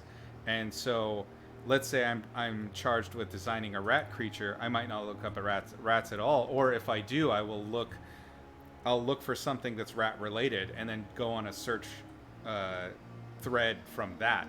So maybe I'll look up a rat temple, and then that'll lead me to statuary, which would lead me to gargoyles, which would lead me to French cuisine. Like, I allow those threads to be followed to come up with a fresh idea or a fresh approach to whatever that thing is. And I do that. I'll look up a bunch of things that don't necessarily match what that original idea is, and then I let it sit. And that's basically my thumbnailing phase. Is I don't focus on the artwork. I don't focus on anything. I'll go do something else. I'll cook or something. And when I'm not thinking about it, your brain is still thinking about it. That's how your brain works. It's basically a problem-solving machine. And so if you just give it, if you think of it as your idea part of your brain, if you think of it as a big machine that sits in a room and you just give it a little bit of data and then you leave, it's going to work on the data for you. And your brain does that. You don't need to sit and focus on that stuff. There's a theory, I think it's in psychology, it's in psychology or something like that, where they examine how creativity works, and it's the passive mode network, which essentially is your toilet time thinking, like when you get really amazing ideas when you're in the shower or something like that. This is also the same times when you tend to sit and overthink and kind of have your like shouting at yourself moments because you're remembering crazy memories that don't matter to anybody anymore. Well, if you're giving your brain something to work on instead of that, then you're able to use it for creative purposes that actually gain you something. So your brain's going to do it no matter what. Just give it something positive to work on instead of letting it obsess over shit that either hasn't happened or happened in the past and you can't affect. Anyway, so that's my thumbnailing process, is that I let that happen. I'll think about kind of rough compositions here and there actively, but it's not at the forefront of my mind. And then when I sit down to start drawing, I just let whatever's been processed pour out. And usually, more often than not, in my experience, even when I've been assigned to do thumbnails, the right idea and the best idea is in the first 3 thumbnails. This isn't for everyone, so I need to definitely outline that. This isn't how everyone approaches this. This is totally personal. It's totally subjective. I'm not saying that you have to do this. In fact, I think it's a good idea to learn how to thumbnail. It's just not something that I do a lot of, unless I'm trying to solve a very specific problem that I know that thumbnails can handle. And in general, if you trust your compositioning abilities, the thumbnail, it becomes, for me personally, subjectively, becomes masturbatorial rather than actually problem solving. So long-winded answers as always. Sorry, guys. Is that why you have your best ideas not while in Photoshop, but while you're trying to sleep? That is exactly why. The passive mode network and the active mode network are different ways that everybody's brain basically works. And your most creative things, your most eureka moments will happen in times when you're not filling your brain with other shit. You have to learn and train yourself to allow your brain to not think about anything actively. And it sounds stupid, but it's kind of like adopting kind of Zen. I actually learned this. I learned to do this before applying it to creativity, because I was going through difficult times in life, and I needed to find my thing that would help me center myself. And I moved towards sort of practical mindfulness and Zen Buddhism. Alan Watts, all the way, Power of Now. I recommend that stuff. But even more than how it helps you deal with life and like getting in your head too much and shit like that, what I realized is, holy shit, this works for creativity and no one's tapped that. Like, this is how you actually train your brain to allow the creative moment to happen. And I've witnessed so many times people try to ram creativity into something, and the more you try to force it, in my opinion, the more visible that force is.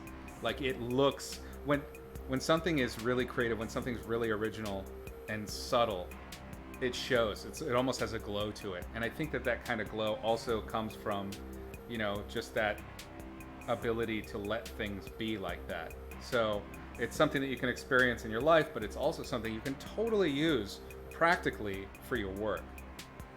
How much do I think actively before leaving the brain to do its thing? I don't try to think actively at all. What I do is pack my brain with relevant stuff and remember the problem. So I just look for cool things, just kind of Johnny mnemonic that stuff into my brain. I will just scroll through Google Images and I'll see things. Sometimes it'll pop up and boom, I'll just download it. And if I'm not literally downloading it to I want to paint this thing or whatever folder, which I do have, I have a 2Paint folder, and all it is just random shit that I've seen that just kind of sparked something. And it's super random stuff, by the way. What I'll do is that I'll download that stuff, or I'll download it into my brain, just these images, and I'll just be like, that's interesting, leave it alone. Your brain has it, it's in there. You don't need to like sit and think of it and think about it. It's in there, you've seen it, it's being processed already. And then the only thing you need to think about is the problem itself. Don't think about a solution for the problem, just remember what the problem is. That is one of the hard parts, is you can get so into something else that the problem kind of evades your thought, and you'll forget what it was you were problem solving for. So it is mindfulness. It's not just letting everything go. It's making sure that the machine that's in that room, that's your problem solving machine, has the necessary parts or the necessary information in order to solve the problem, and it has the problem. You can't take the problem out of that, because you won't get necessarily a solution. Does that make sense? So it's not active thought at all. Just you're just actively pumping information into your brain to let this thing happen.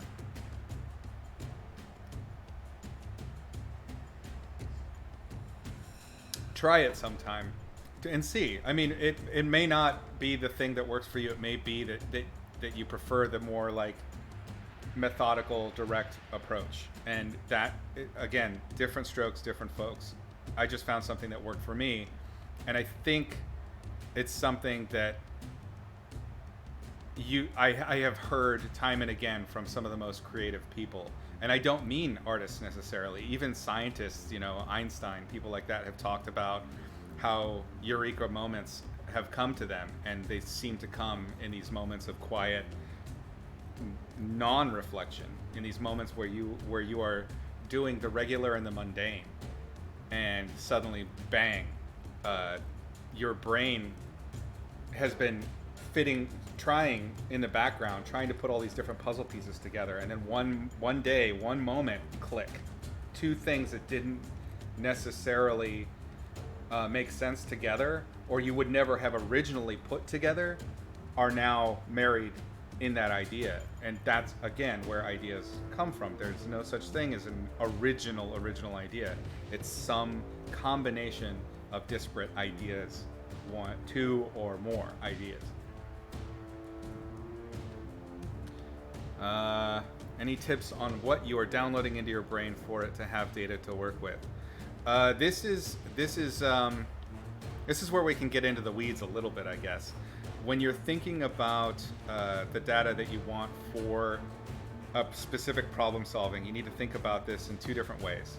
There's data that you download that's going to be long-term. It's very much like a computer. You're going to have your long-term storage. Long-term storage is going to be books you read, things that you like that are of interest to you, skills you want to learn, cooking, archery, things like that, whatever. Or in my case, let's say, what are things that have helped me with my ideation, but also were not short-term random access memory. It would be like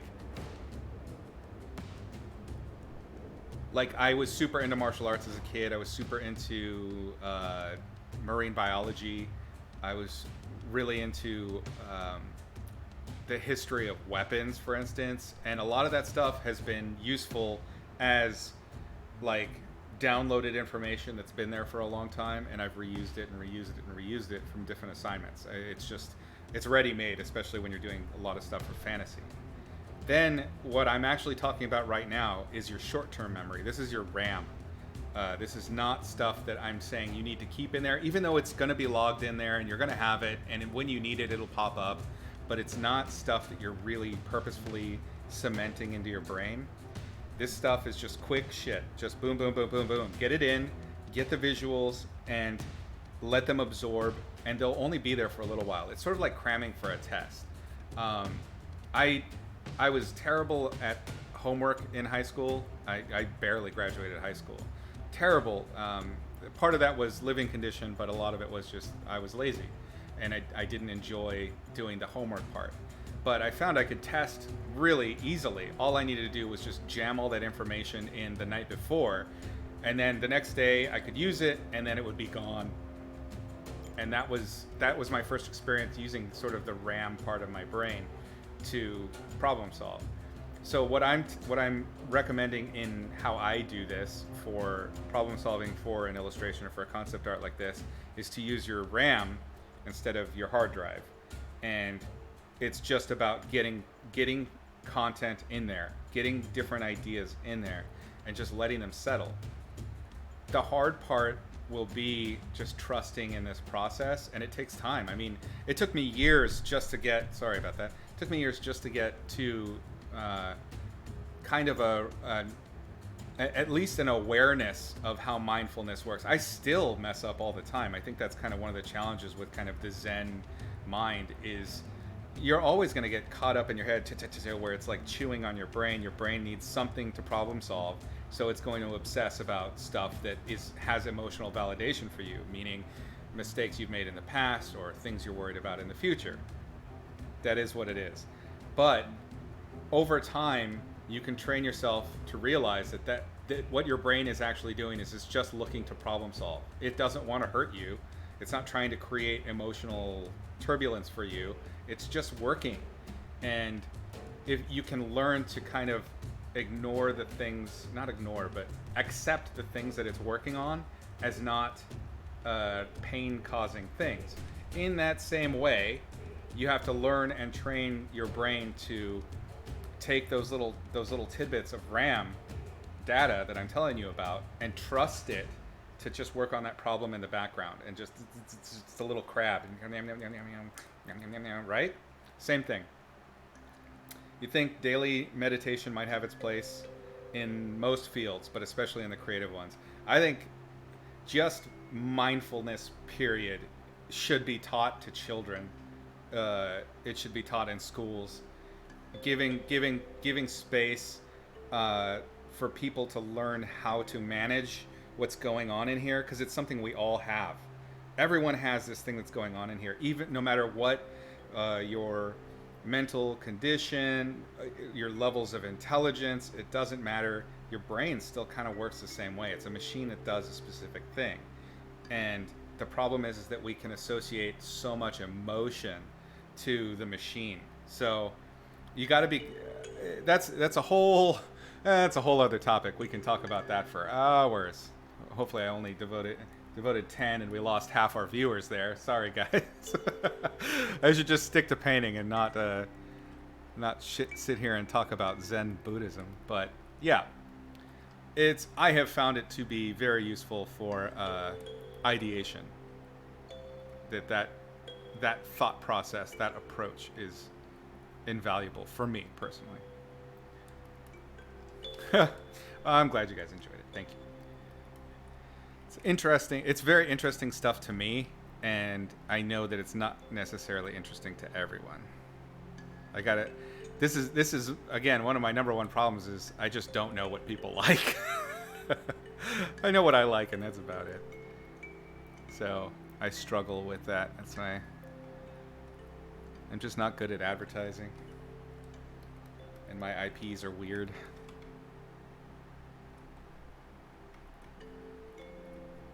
Oops.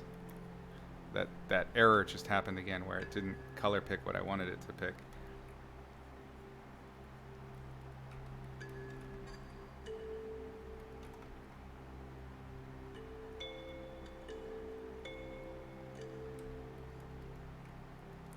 This arm is way longer than this arm. This is unacceptable. I have failed as a human being.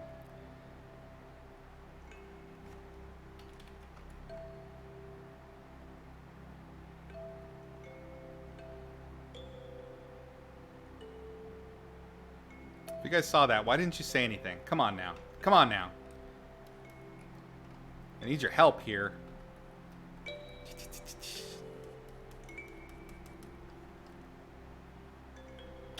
Really appreciate it. Really enjoyed the philosophy of it. Power of Now blew your mind. Yeah, me too. Yeah, it was even more than what it was intended. I got way more out of those books than what was intended. And what I found interesting was a lot of these deep thinker types, their primary focus is on helping people that are suffering, especially with just overactive thinking. It's essentially what it always gets diagnosed down to is just obsessive compulsive thought that hurts you. Well, they never seem to draw the connection that I did about creativity.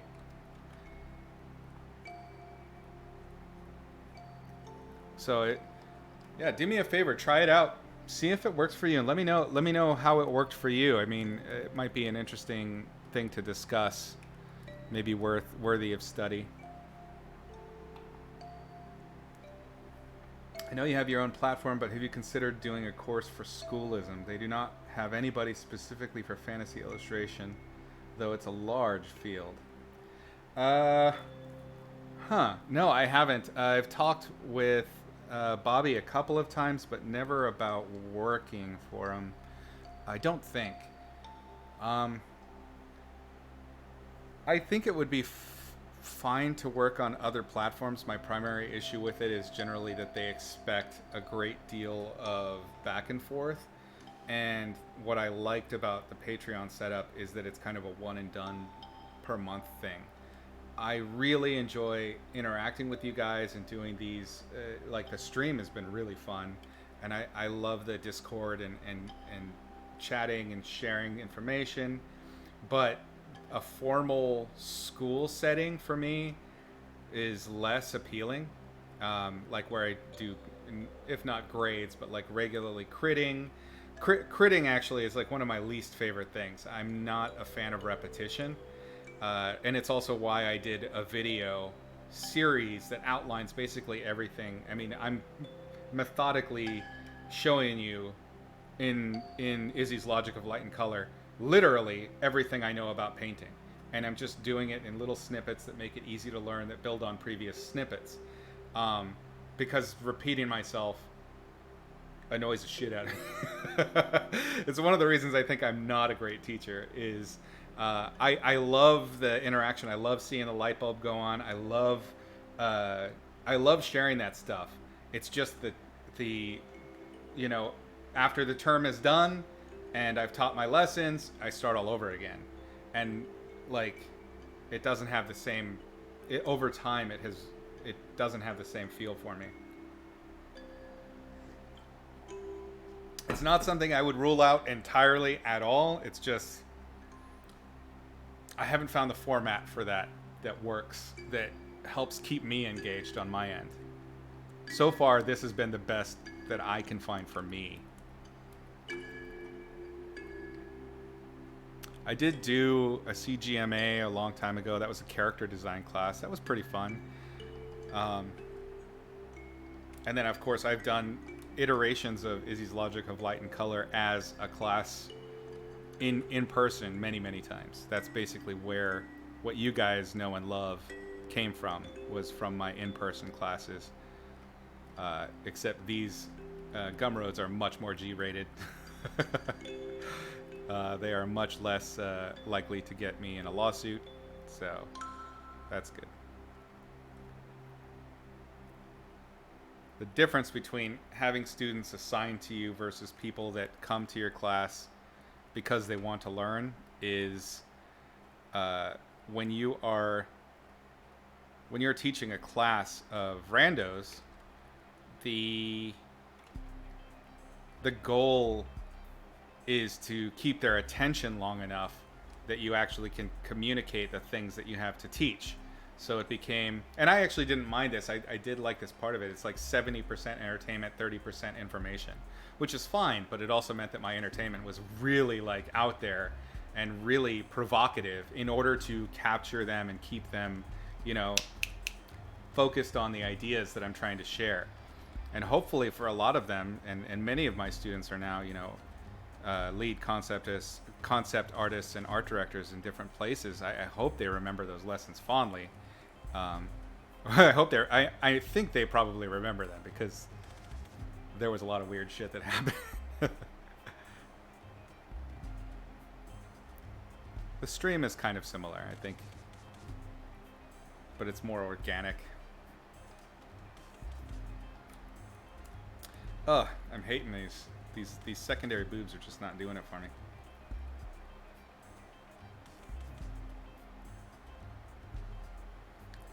It would be fun to have a real class with all you guys, because I always loved it with the students. The ones that always stood out for me were the students that really tried, and you guys all have been those kinds of students in with the Gumroad and the Patreon, like really committed to it. That feeds me totally. Like that's so exciting.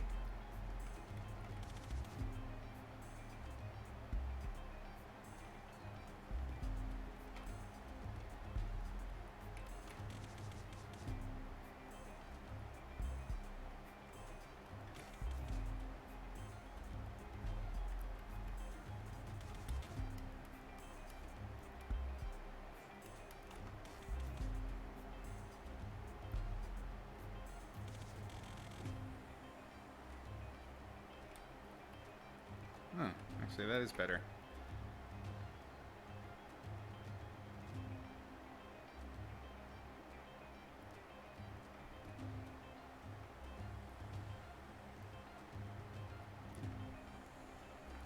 Once again, less is more.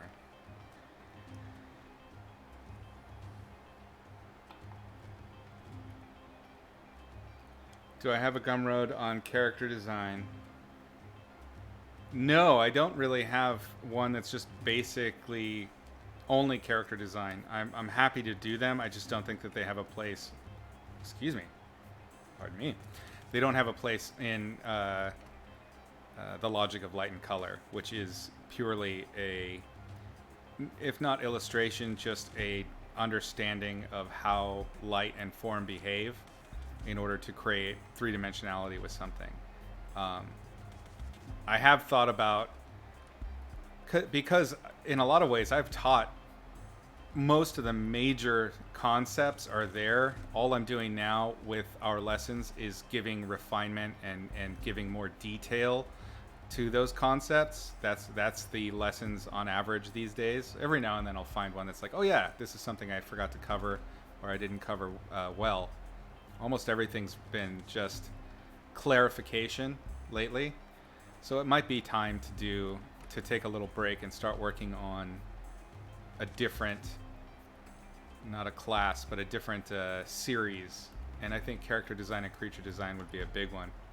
I did want to, I know that I have that first episode already planned out in which I would basically be doing my talk on the passive mode network, which I've done before at like Gnomon. So a lot of the stuff I just covered, not everything, but a lot of the stuff I just covered is basically would be that first lesson in how to generate original ideas for your concepts, for character design et al.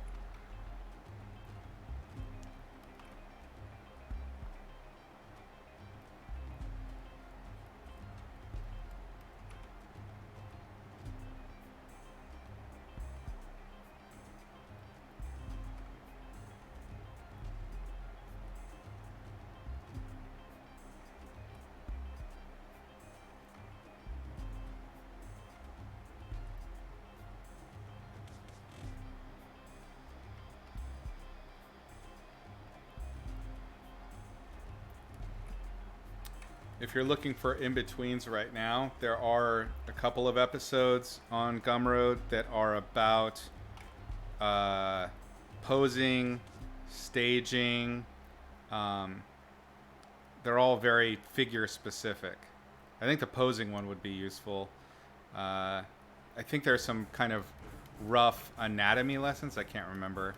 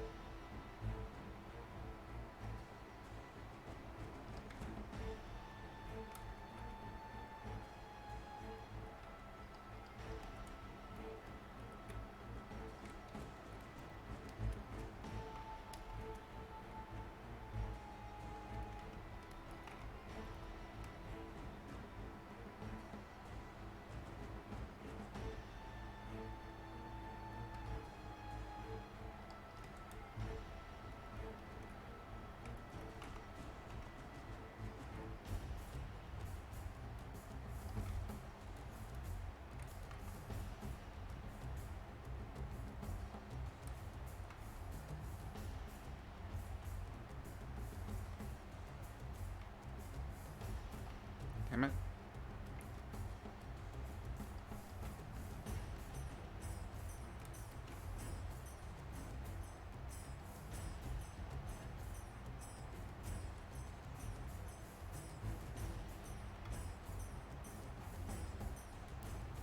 Definitely let her skin get much lighter than it was originally intended. Let's do a new layer and let's see. I think usually when I'm painting these kinds of figures, I tend to go with the tan approach where getting closer to the extremities of the limbs, I'll get a little bit darker in value. I think I'm going to try the opposite and actually start dark and go light and see how that looks. It might be creepy and fun. New way of doing things.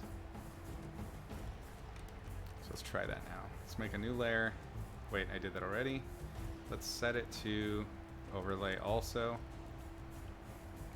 Let's get ready.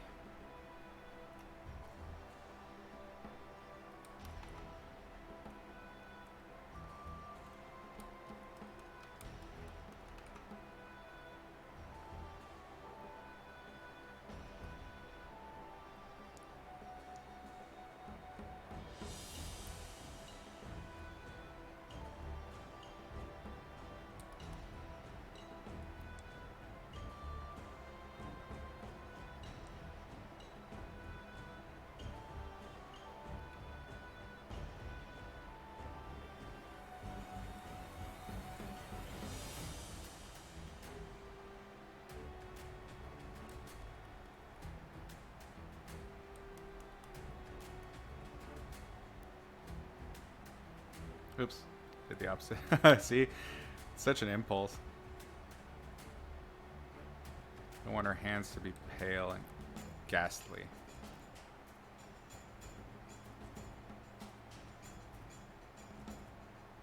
Just hitting everything with a little bit of ruddying.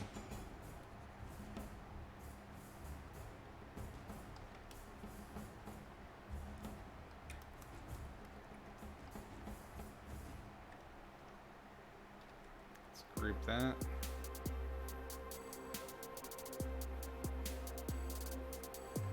Yeah.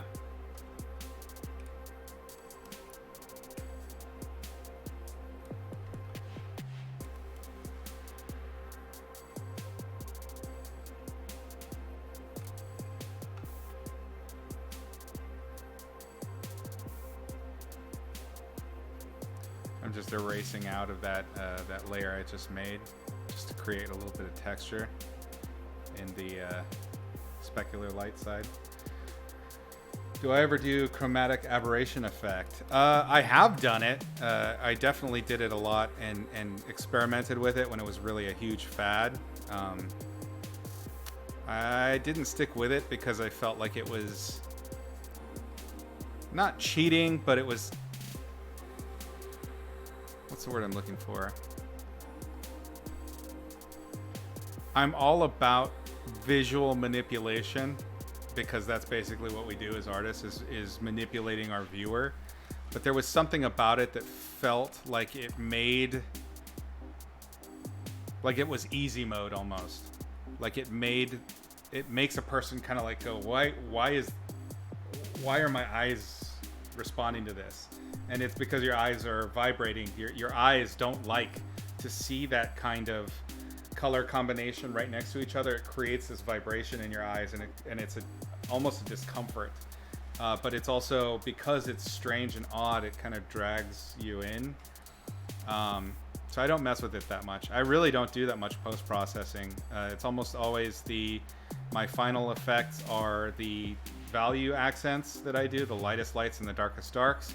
And I might finish out with just unifying values. It's all meant, instead of trying to create something that is visually startling as a post process, I almost always try to find things that will unify. Sorry about that, I keep hitting the mic.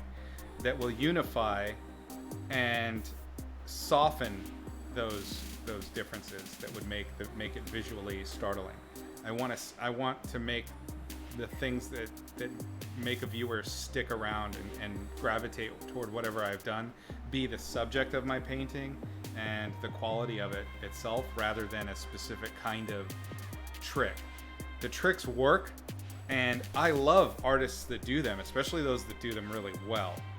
It's just not something I do that much, if that makes sense. So I'm not it sounds like it sounds like I'm passing judgment on the usage of it. I'm really trying not to.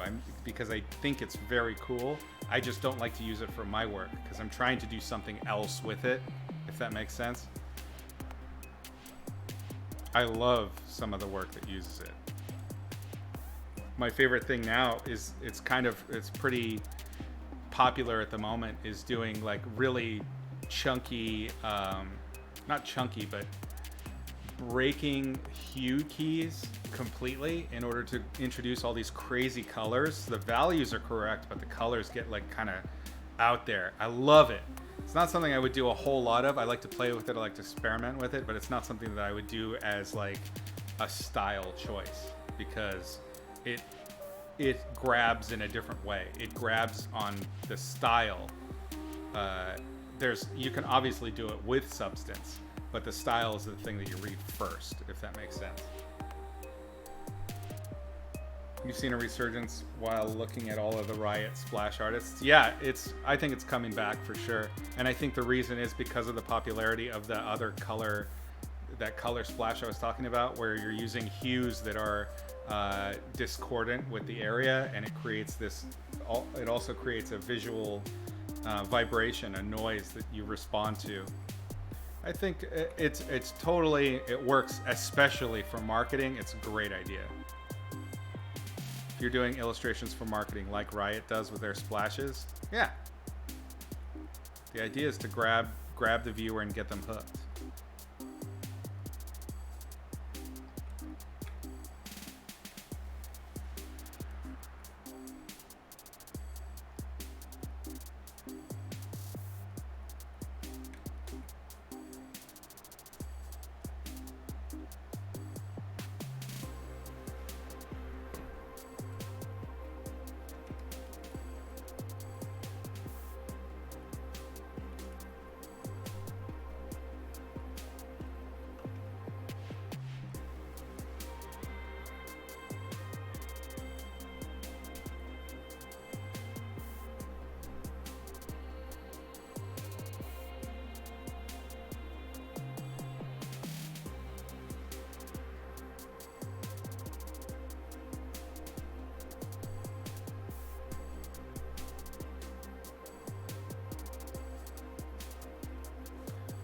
What do I think about using wider or longer focal lengths in paintings as opposed to the standard human eye view? Mimicking a camera lens. I mean, one of those camera lenses that they're mimicking is designed to mimic the human eye view. So I think that you need to use whatever that I don't think that camera like aberrant chromatic aberration is. I don't think that camera is using a style to a style aesthetic specifically to grab somebody. You can actually tell the story by using the right kind of camera. There's a reason cinematographers exist, and there's a reason that they get Oscars, man, because those different camera lenses actually do connotate different kinds of story. That visual language may be different film to film or painting to painting, and it's entirely dependent on the artist that makes those decisions and continues to adhere to that aesthetic.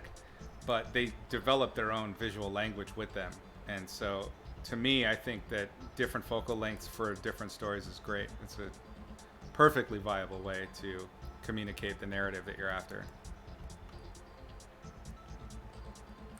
And this is, of course, not saying that the other ones are not. All I'm saying is that it's different than chromatic aberration, for instance.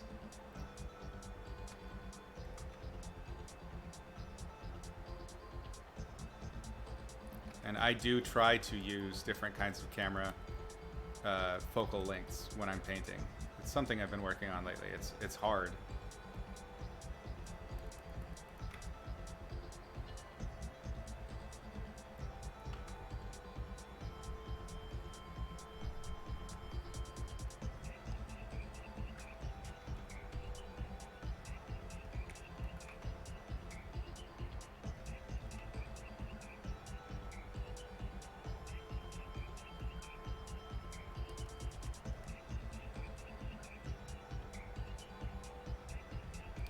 Irina, did we do a lesson on focal camera stuff? I think I did. I don't remember.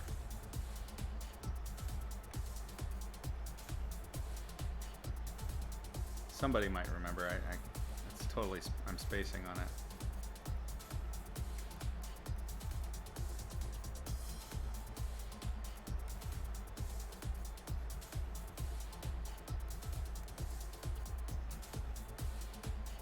Okay, that's what it was. That's right. Thank you. Yeah, that was covered in the Discord. We discussed that for a while. It might be worth digging up those old discussions.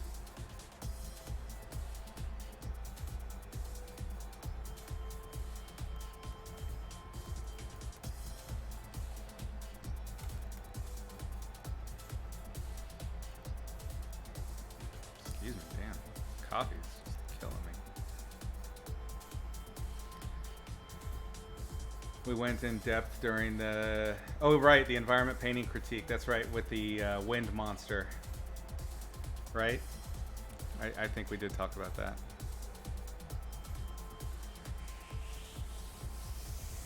Yeah, okay. Sweet. That critique is up on YouTube. YouTube.com/Izzy Medrano, and you can watch all of the. I'm archiving all of our Twitch sessions there, so you can check them out anytime. If there's something that you liked, go back, check it out. Be sure to like and subscribe and all that nonsense.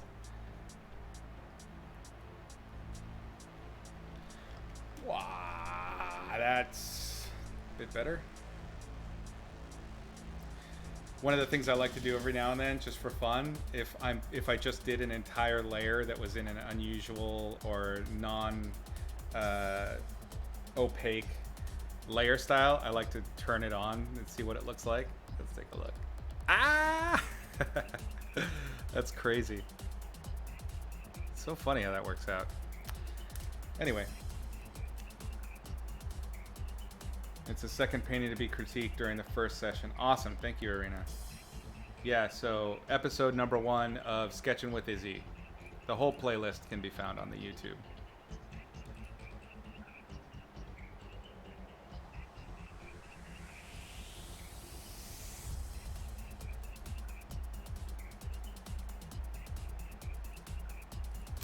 I want to mess more with the face. Now that I've rendered up everything else quite a bit, that face is starting to feel like it's not belonging anymore.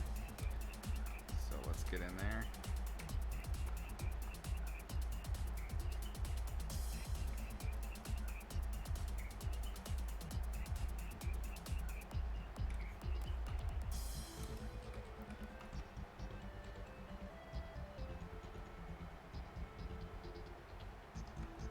I think she's got really dark lipstick, yeah. Also a common Izzy thing.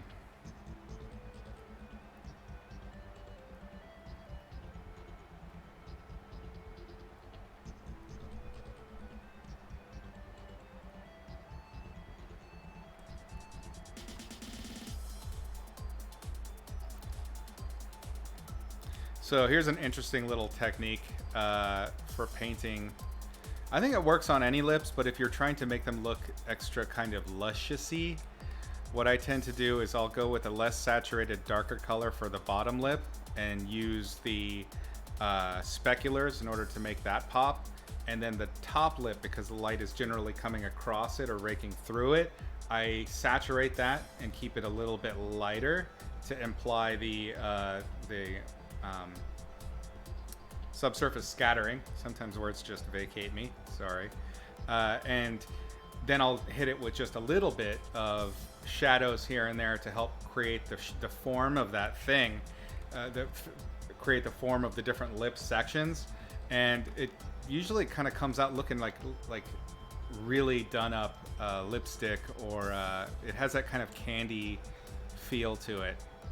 I think it's just a stylistic thing. Really, there's no requirement in it. It's just one of those things that kind of, I think, looks cool.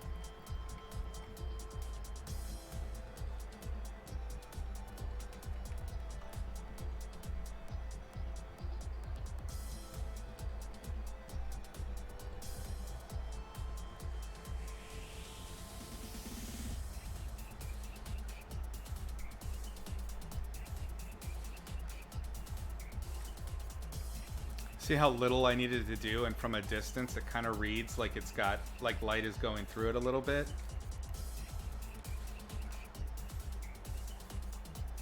I think she had a lot more blues in her face. Yeah, her whole face was much darker, like the rest of her skin. Almost this kind of bluish leprosy, I think, is what I was doing.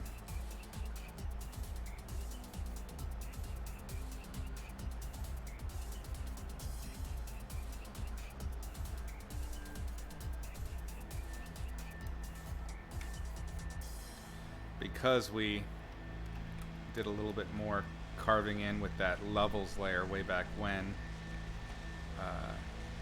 we got to be more careful with our values now and punch them a bit more.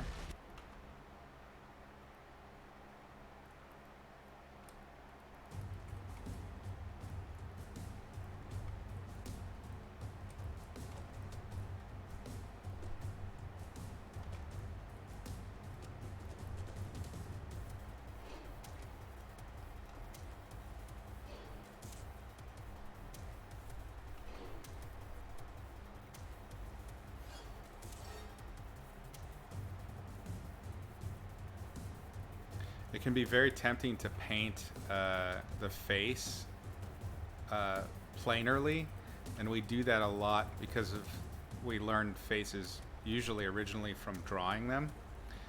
And it's important to remember that every sort of flat plane that would make up the face needs cuts. There's always a transition in a plane, especially on the face. There's always these transitional planes. And those transitional planes that take you from, let's say, the flat of the cheek to the underside of the jaw, maybe two, maybe more, but every single one you want to introduce a new value and a new color, because that's going to define the turning of that form in space.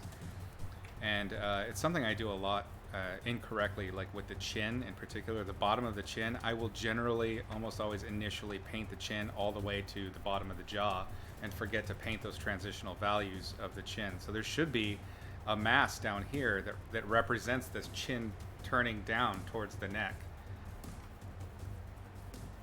And sometimes that can be a pretty strong chunk of what you're seeing there in terms of the local values.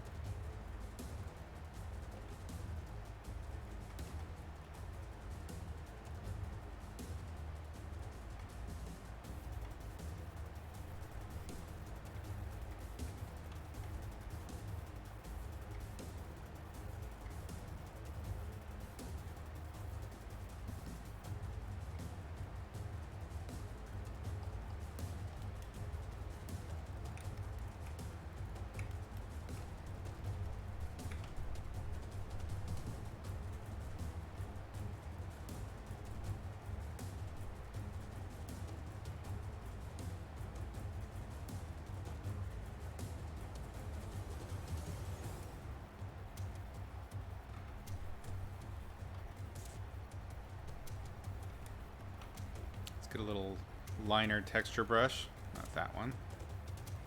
Let's do, there you are.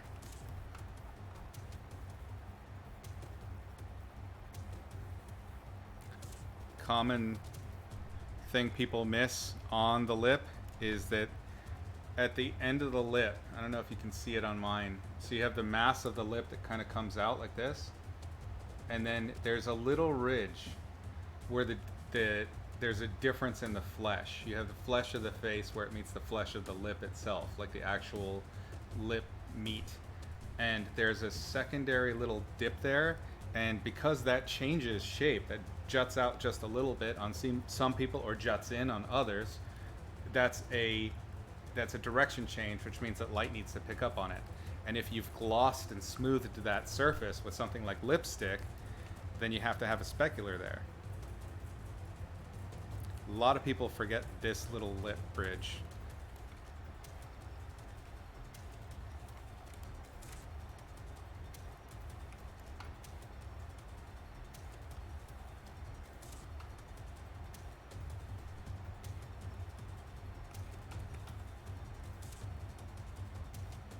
That's my lightest light, and it's still not even 75%. Isn't that funny?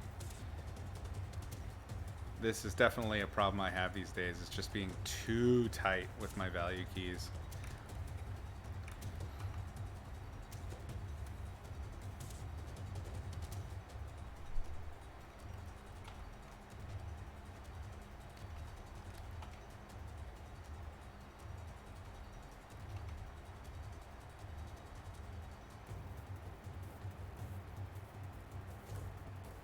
This is the shadow side of that same ridge that I just highlighted. It's just a little tiny little blip that comes out on the bottom of the lip. But it's one of those details that if you throw it in just a little bit, it'll read.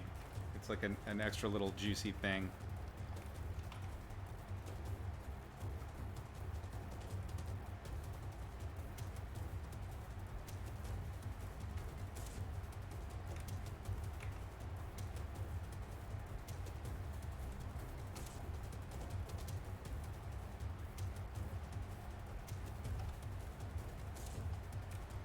I'm not aiming to make the lips perfect. I'm not trying to make them look, you know, like the perfect model shape or anything like that. I find you're going to get more natural feeling beauty out of something if you allow it to have those little flaws. I think it's more natural that way.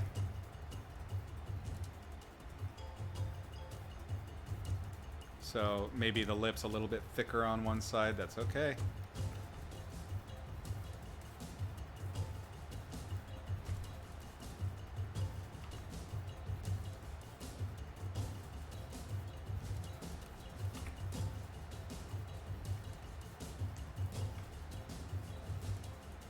Now we are zoomed in like crazy, and much more than I generally like to be, but it's just one of those times where it should be done.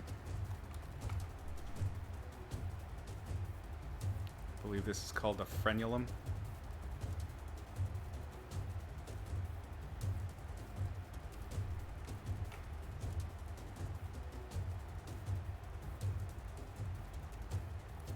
So the top lip has a similar thing.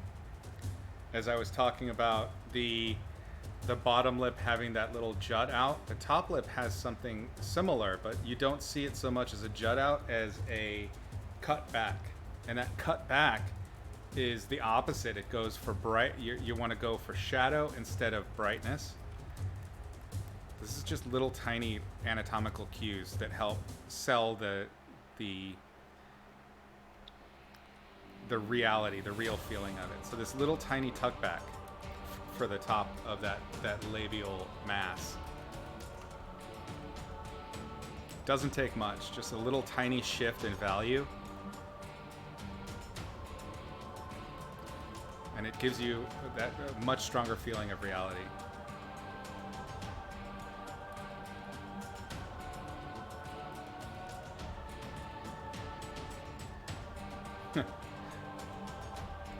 Cervezas, welcome. She does appear to have 4 of the boobies.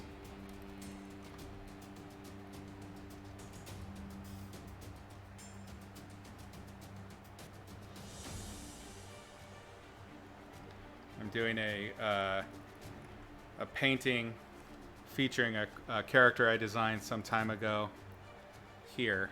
So we're just doing a little figure fun painting using this character I designed a while back and a creature I designed a while back, which is this little goofy monster. I just decided to put the two of them together for fun. Gives us a venue to just sit and chat about stuff. So welcome. Grab a seat. Let's chat.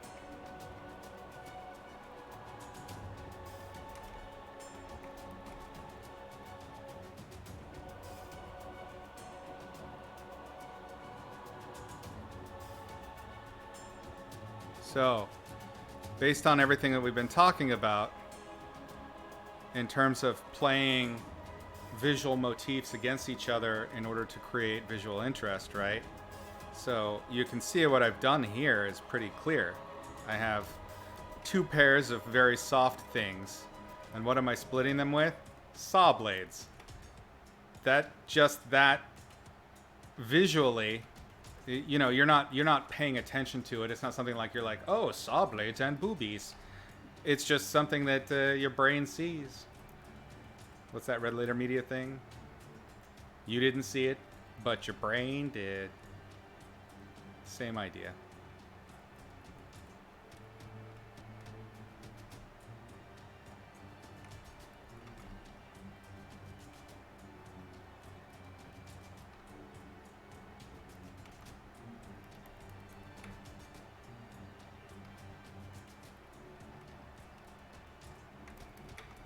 Let's go ahead, since we're already doing highlights on the lips.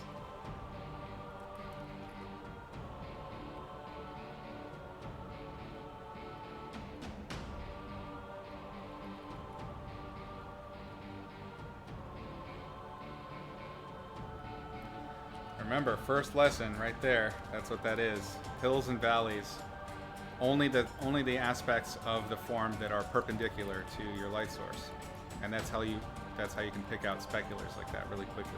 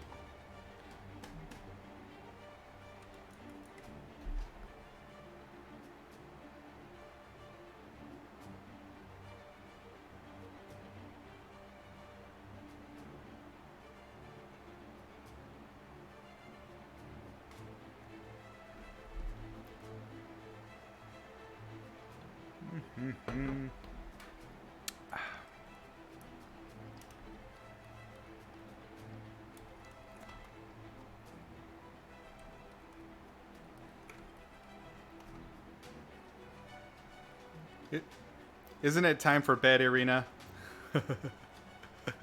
You are up so late.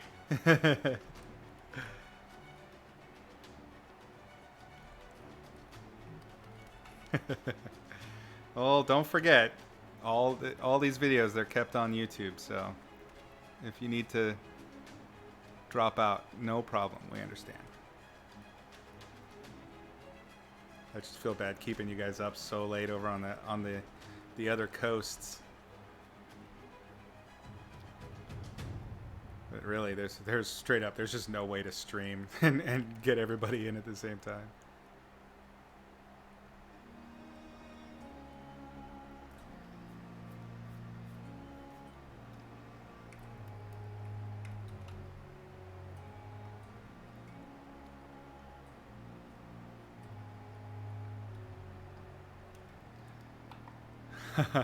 Well, I'm glad it's interesting info. That's good to hear. You know?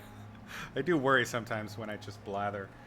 I'm helping you get through the workday. Nice. I got to get me a workday. I'm a little behind on that.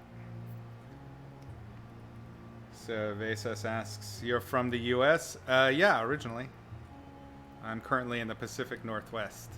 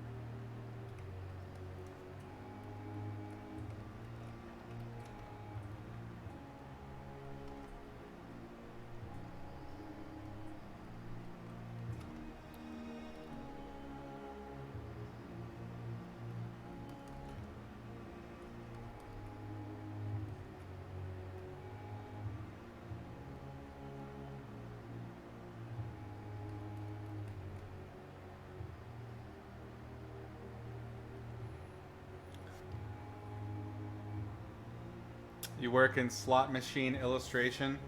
If I ever want a job that's too easy for me but still slightly art related, I recommend. Actually, I have done that. There's nothing wrong with that at all. I have several friends that work on slots art, particularly the digital stuff. You know, I've done it. It's just, yeah. If there's a choice right now, because I'm able to get away with it. Basically, if there's a choice between like streaming and hanging out with you guys and the day job, this one wins for now until that day job that I've been waiting for comes down the pipe. We'll see. We'll see when that happens. Don't worry about babbling. Just imagine what artists that stream daily for several hours are talking about. What do they talk about? I don't know. I've only watched like a little bit, so I'm coming at this not knowing very much at all about what the standard is. I've seen a little bit of Bjorn's sketching thing in the mornings, and I've seen a little bit of Carla's, and that's about it. Oh no, I've watched some of Pete's. I've actually chatted on Pete's, but I know Pete personally really well, so that felt less awkward. Is the feeding hand it being the food the secondary focal point? Are you planning on creating more contrast there for visual pop? Yes. Essentially what you will start to see happening is there's going to be the brightest brights are going to be in this region right here, and a lot of the shapes are going to lead, and there's going to be all of this, like there'll be more speculars, tighter speculars, and more fur rendering around the face, so that you can see, like if you get in close to see it, you'll see that the tentacles are piercing the flesh and it's actually feeding on her hand and like eating it. So that's the final read. But remember how I paint. And how I recommend for you guys to paint is as you're building up the whole painting as a whole, you do it, move around, do it piecemeal here and there, but never finish anything entirely, and then build up until you're just finally finishing out on whatever your focal point is. If you think about where you spend your time as almost like a geographical map that shows you topology, the topology should be thickest and highest in terms of time spent on where your focal point is. And so I will get there because that'll be where I finish up, is on the focal point. Does that make sense? I think I got a bite. I'm itchy.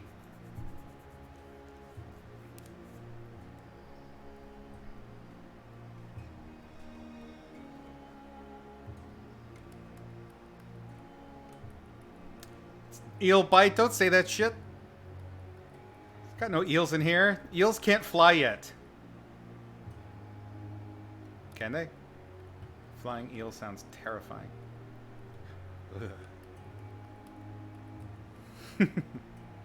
I certainly hope they can't. Goddamn eels can stay home. They can fuck right off.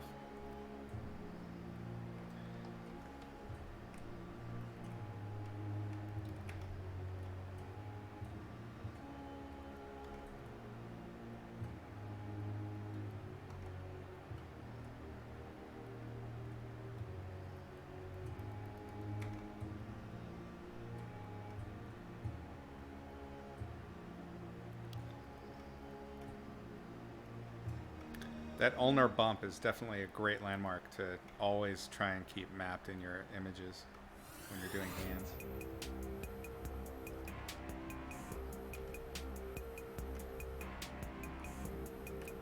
That said, there's something very wrong with this arm, and I can't quite grok it yet, but we'll get there.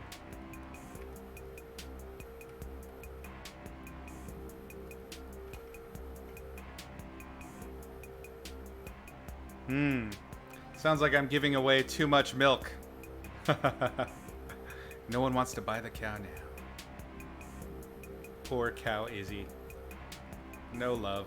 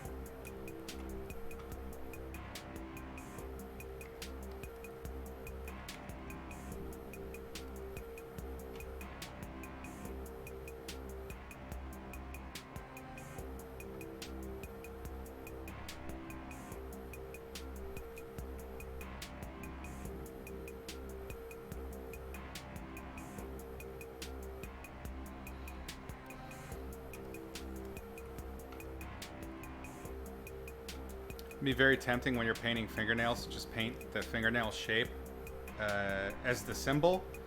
But when you're painting them on fingers, remember that the fingernails need to rotate around the hand. So you're going to see different angles of a fingernail on every single finger, almost always. You'll never see the same angle on every single fingernail on one hand. It just doesn't. Your hand doesn't quite do that. You have to actively try and keep it flat to make that happen. So when you're painting a figure that's got their hand arranged more naturally, if you try to go out of your way to draw or indicate the fingernail as the contour going around the cylinder of that last phalange, it'll read better. But I always do at least one that's flat on.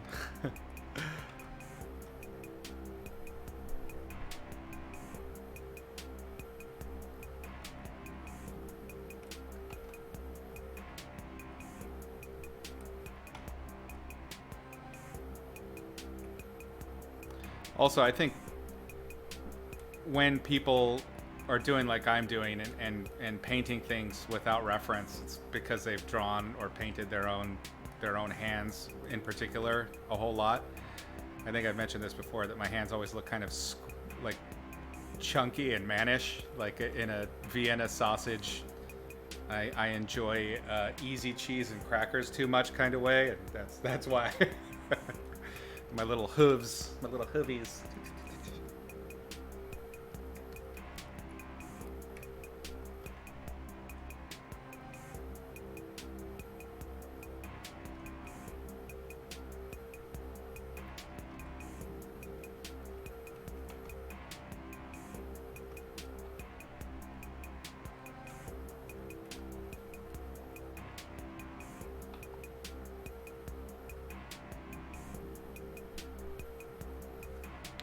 Well, I mean, for all of you, this goes for all of you. If you guys want to talk about anything in particular, just bring it up.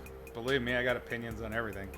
So if there's anything you ever want to talk about or you have questions about, just pipe up, no problem. I'm happy to chat about pretty much anything. The only things that are off limit would be things that are NDA. That's about it. I'm happy to talk about basically anything else.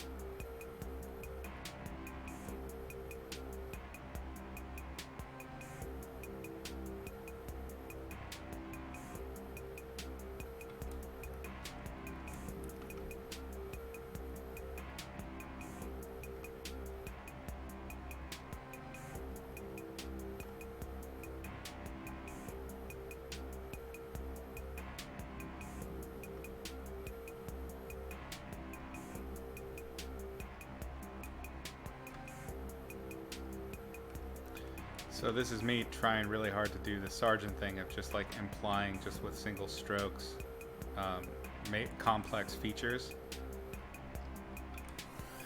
Just indication and simplification. This eel bite is driving me nuts. Goddamn eels.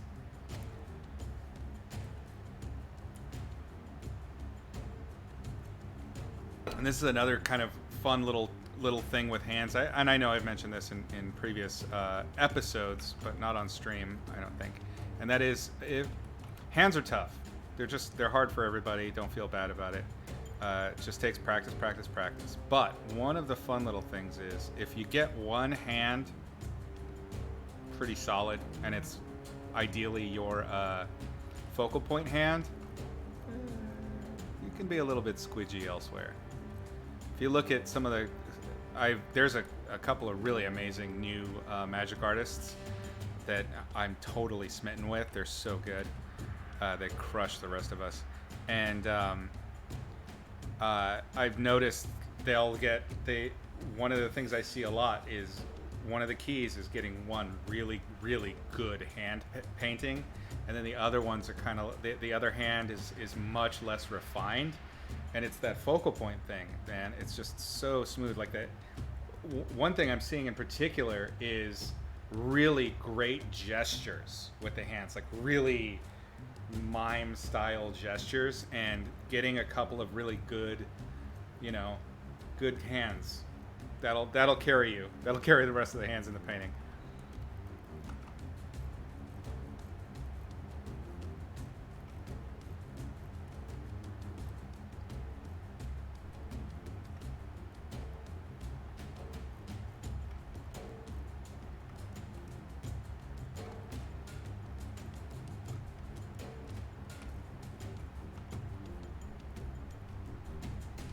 And I keep making these chonky wrists.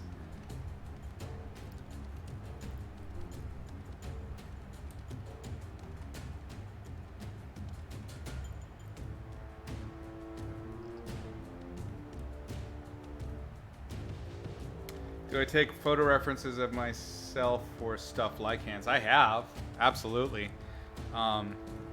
When I do, like for several Magic cards, actually you've seen my hands. If you play Magic, you've seen my hands tons of times, because they're always the hand paintings that look really weird, like the hands are just wrong. Again, hooves, my little piggy hooves. There's a couple of, like, I think it was like Red Blast and Blue Blast or something like that. The last set that I did, that was like several years ago, but that was a paired set. And if you look at the hands, like the poses and everything, they are my hands. I basically just drew exactly what they were using photos. So I use them sometimes, just not all the time, because I don't think my own hands are a good representation of what like standard kind of attractive hands are for illustration in particular. And they're definitely not feminine at all. They're just weird planks of wood.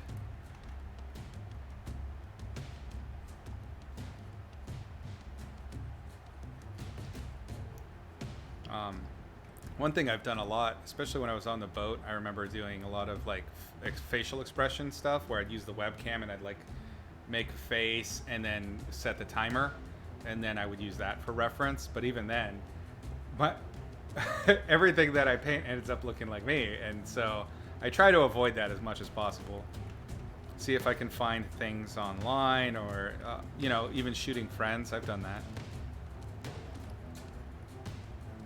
When I'm doing these kinds of things, though, where it's like just kind of for fun, silliness, absurd, Izzy stuff, I just wing it. I don't really care.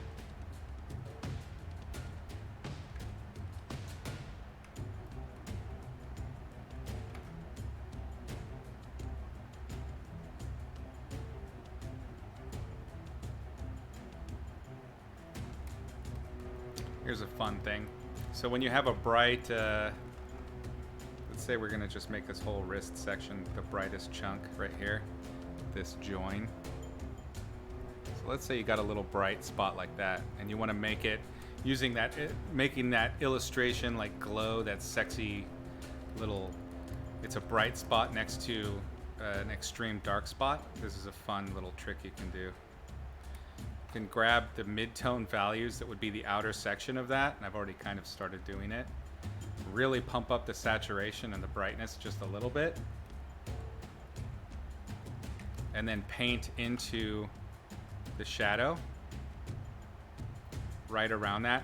And what this does, this is a traditional technique, of course, but what it does is give you the effect that you would get digitally by doing a color dodge or a color screen bloom. And it's like aberrant, chromatic aberration, right? That's the word I'm looking for. Yeah, it's like that in that it creates an edge that has a really, a very high saturation vibrational pop, and it draws the eye. It's a cheap but effective illustration technique, is to do these little blooms of really intense saturation. There's some artists that do this so well that basically the whole painting is that. I'm thinking of one in particular who's painted like these little tiny mice and these little birds, and they're right next to something, and the creatures glow, and then that glow, the chromatic glow that comes off of it is what fills the scene, and usually these little creatures are what light the objects around them. Oh my god, they're beautiful paintings. It's a great effect.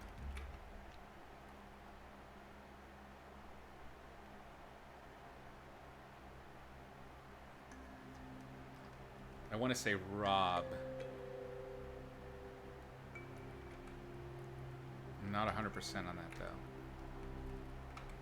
Rob Ray? No. Is that right? I don't know. Anyway, it is a way to get a similar effect to the chromatic aberration without doing it as a post thing.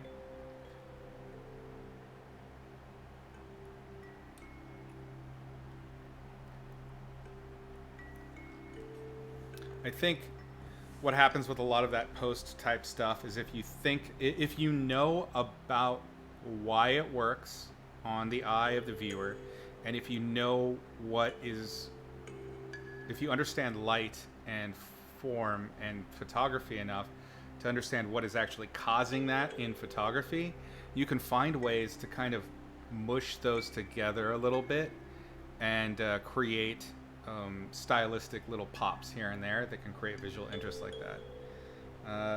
It's an interesting trick. Yes, it is. In terms of logic, why would the saturated band happen? Two things. One, it doesn't necessarily have to follow logic. We are talking about a stylization thing. But the logic behind it is, one, bloom, where the light is so bright in this area that it's actually reflecting and bleeding into the shadow. And then the color could technically be anything, but it's an effect that usually happens when you see something that's really strongly lit behind a shadow. But you can see it like this, like it's a little glow around a light source. It's the same kind of thing like our effects materials lesson, like what was that, lesson 12 or 15 or something like that way back. It's kind of the same idea. You're using that surface that's picking up so much light as a light source, and so it has a little subtle radial glow. The other effect that you could be referencing in terms of logic would be subsurface scattering. So that object is so strongly lit in that one direction by the light source, right? Boom, like this, that the far side form shadow of that thing could be getting so much subsurface scattering that it's actually adding color to the thing. It's a stretch, but there is logic to it. Yeah, it can be similar to subsurface scattering. Technically, it's not correct. Subsurface scattering is going to be visible on the shadow side. It's almost never visible on the light side. We are punching it up as a lighting narrative pop. It's not really a real thing. It's just kind of a stylistic choice for fun. But definitely, like, I hope you notice that when you're looking at this, even when you look at it all over, your eye gets drawn back to that spot again and again. Are you experiencing that at all? Like your eye just kind of keeps kind of sinking down here for some reason?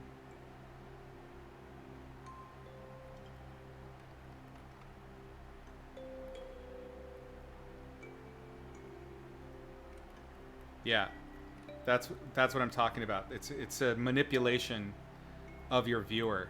So if used to good effect, if you're purposefully using it for good effect, fucking awesome. It is a technique in order to control the viewer's eye, which is essentially all you're doing as an illustrator. You are manipulating somebody into looking where you want them to look, when you want them to look. It works great with hair. It's a great hair technique.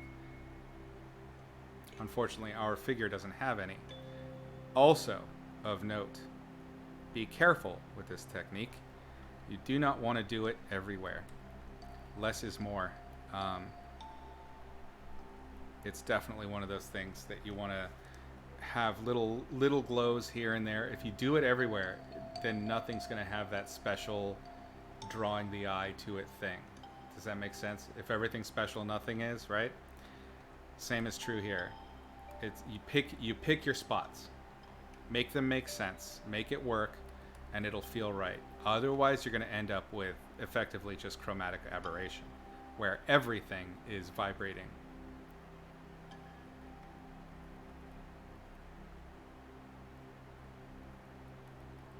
This would be another great place to do it, so we can grab even that same color if we wanted to.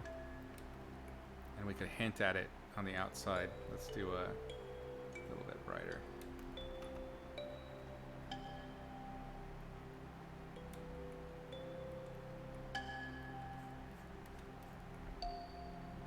See what I'm doing? It's very similar to chromatic aberration, but instead of doing it everywhere, you're doing it very methodically in the very specific places that you want to draw the eye, where the eye is going to go, oh, why do I keep looking at this thing? It's a trick, and it works.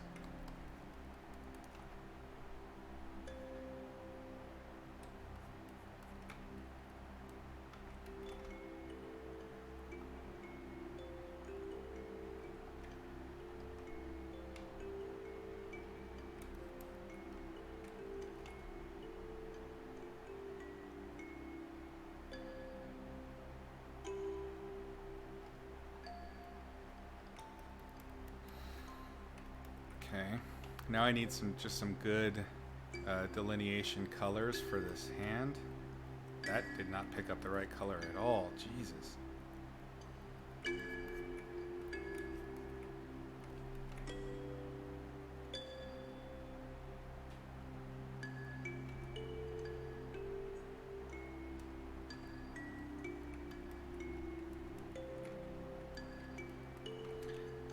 It's better if it's soft, but if you do, I take that back. It can be either way. It's a stylistic choice. You can get the effect just by doing a hard line on the edge like I did here.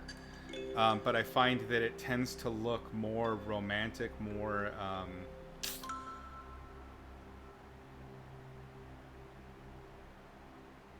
what's a good word for that? Illustratorly. That's a terrible, terrible adjective. It's more... I guess romantic. We'll just stick with romantic. It has a kind of a more romantic, softer feel when you do a gentle bloom. When you do a harsh bloom, it tends to look a little bit more comic booky or like movie postery, which is fine if that's the effect that you're after.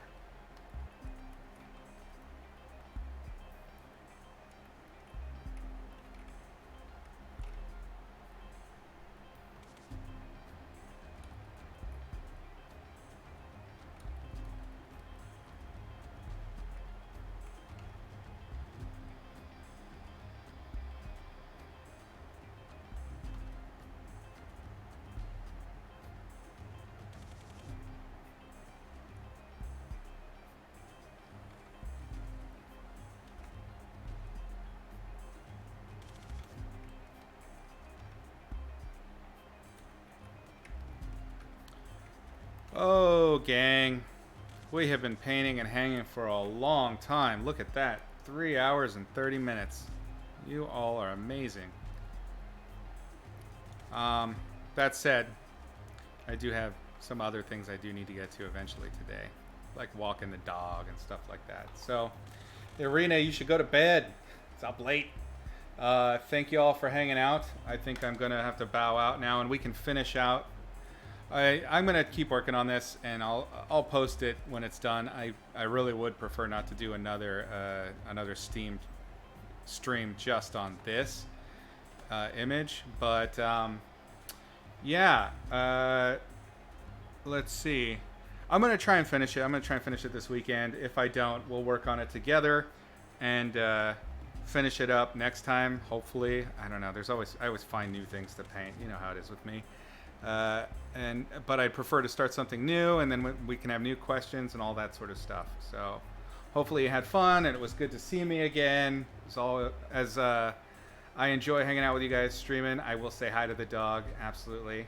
Yeah, come on back, Cervezas, anytime. I stream once a week for now on Wednesdays, usually starting around 12.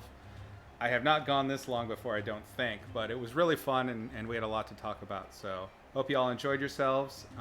Let's see. I got to all the major questions. Everybody's doing good. Great. Okay. Oh no, I missed one. Shit, I missed one. Irina asked if this only happens next to deep shadow. Ideally, yes. Sorry about that. Yeah, you want to make sure that this bloom, that little bloom effect that I just did is going to stick. It's going to be most effective near when it's a bright object near a dark object or overlapping a dark object. Sorry about that.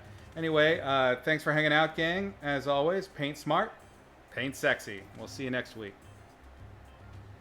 Hi there. I'm Izzy, a professional writer, concept artist, and illustrator. I've taught painting for a dozen years or so, on and offline.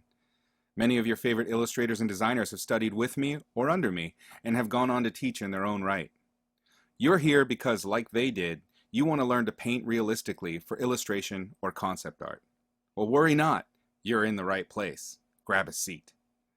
I want you to join me as I explain all the aspects of image making in extremely digestible and clear monthly lessons. Not through the lens of silly how to paint hair or eye demos.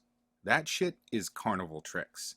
And you're not really learning anything except an exact way to render one thing in one manner. This is painting mysticism at its worst. Watching these kinds of exploitative lessons won't help you level up with your understanding.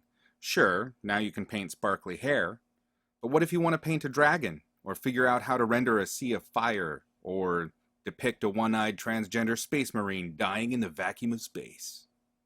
Painting and image making are tools of communication, and can be learned by anyone willing to put in some time. Like grammar is for language, light, color, and form literally follow a formula. Painting well is not a matter of chicken bones, zombie crackers, and the ever-dismissive concept of talent. Learning with my series, Izzy's Logic of Light and Color, will give you the tools and understanding so you can analyze light and form in reality and bring it to life in your work. Using this simple system I have distilled will help you harness your art to share your ideas as you've always intended. When we are children, we all draw in symbols. Symbols for our house, our hands, the sun, the grass, our pet lobster. As we grow into artists, we must learn to throw away symbols and begin to draw and paint what it is we actually see. And as we grow further, we learn to paint beyond what we see and what is actually there. Until finally we move beyond this and learn to trim away what is actually there so we voice only what we want. With me, you're going to have to buckle in and maybe take some pain meds, because I'm going to rip out your normal person's eyes and replace them with a painter's eyes. I'm going to restructure how you see and how you understand what you're seeing. I'm going to turn you into a painting machine. Truly, anyone can learn to paint realistically if they can both determine what they're seeing or imagining with basic and straightforward rules. Once you understand the mechanics of light, color, and form in reality, you will have the capacity to paint anything you can see or imagine realistically. After that, the real fun begins. Here are some of the ways you can join me and master the logic of light and color. The very first lesson of my series is totally free on my YouTube channel. In that lesson, I give you the 3 primary rules of light that are the very foundation of painting and understanding light itself. If you do nothing else to make your painting mastery easier, at least watch this amazing little lesson. It will do more for your basic understanding of light than just about any tutorial you can find. When you're ready to get deeper and you feel like you have those first rules figured out, allow me to utterly blow your mind with the next episodes available on Gumroad and ArtStation. As we go deeper into the rules underlying the logic of light and color, I carefully and simply explain important and interesting elements. From beginner to pro, there is an amazing amount of information available. Each concept has been distilled into the clearest explanation you're likely to find anywhere. Like episode 2, where we cover the atmospheric effect and how that relates to light, scale, and distance of objects in reality, and how to render it. Or episode 3, where I hand over the ultimate key to controlling value in your paintings. Episodes 5 through 8 are all about rendering materials. Want to understand the logic behind rendering metal, leather, hair, transparency, damn near anything? I even cover the logic behind painting special effects like fire, neon, or lightsabers in later episodes. The lessons just get deeper and more detailed as I build on the foundations covered in preceding episodes. The 10th gives you the most important rule of composition you'll ever learn to keep your images interesting. The next few episodes cover important painting techniques like my edge control ninjutsu or simplification with the large to small system. We dip a toe in color theory, devote a few episodes to finishing full-blown illustrations utilizing the techniques we've learned so far. Some episodes, like the lighting game or Advanced Exercises 1, the shirt, present cheap, valuable, and practical exercises to give you explosive growth in your development. Episodes 22 through 25 cover painting and illustration just like I do for Magic the Gathering, from assignment and inception to signing the painting at the end. Each one is full of tips, knowledge, everything to make working as an illustrator easier. Did you enjoy learning how to paint basic materials? Metal, wood, and such? I got 3 whole episodes devoted to the intricate logic behind painting different kinds of skin. After that, more lessons devoted to pumping life into your portraits and original methods for accurately drawing faces out of your head. From fundamentals to photo bashing, Gumroad and ArtStation have every lesson I create available for purchase a la carte. But here's an even better way to learn with me. Stay current with my latest lessons on Patreon for the lowest price available. Monthly support gets my student that month's lesson, a critique or paint over of their finished work, a discount code for 25% off the entire Gumroad archive, and access to the Logic of Light and Color Discord community, where we plan future lessons, share knowledge, and learn together as a team.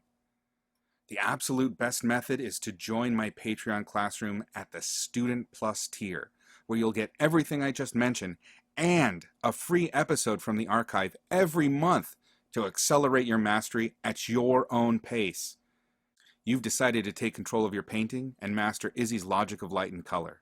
Now it's up to you to choose the path that's best for you. I'll see you on the flip side. Paint smart, paint sexy.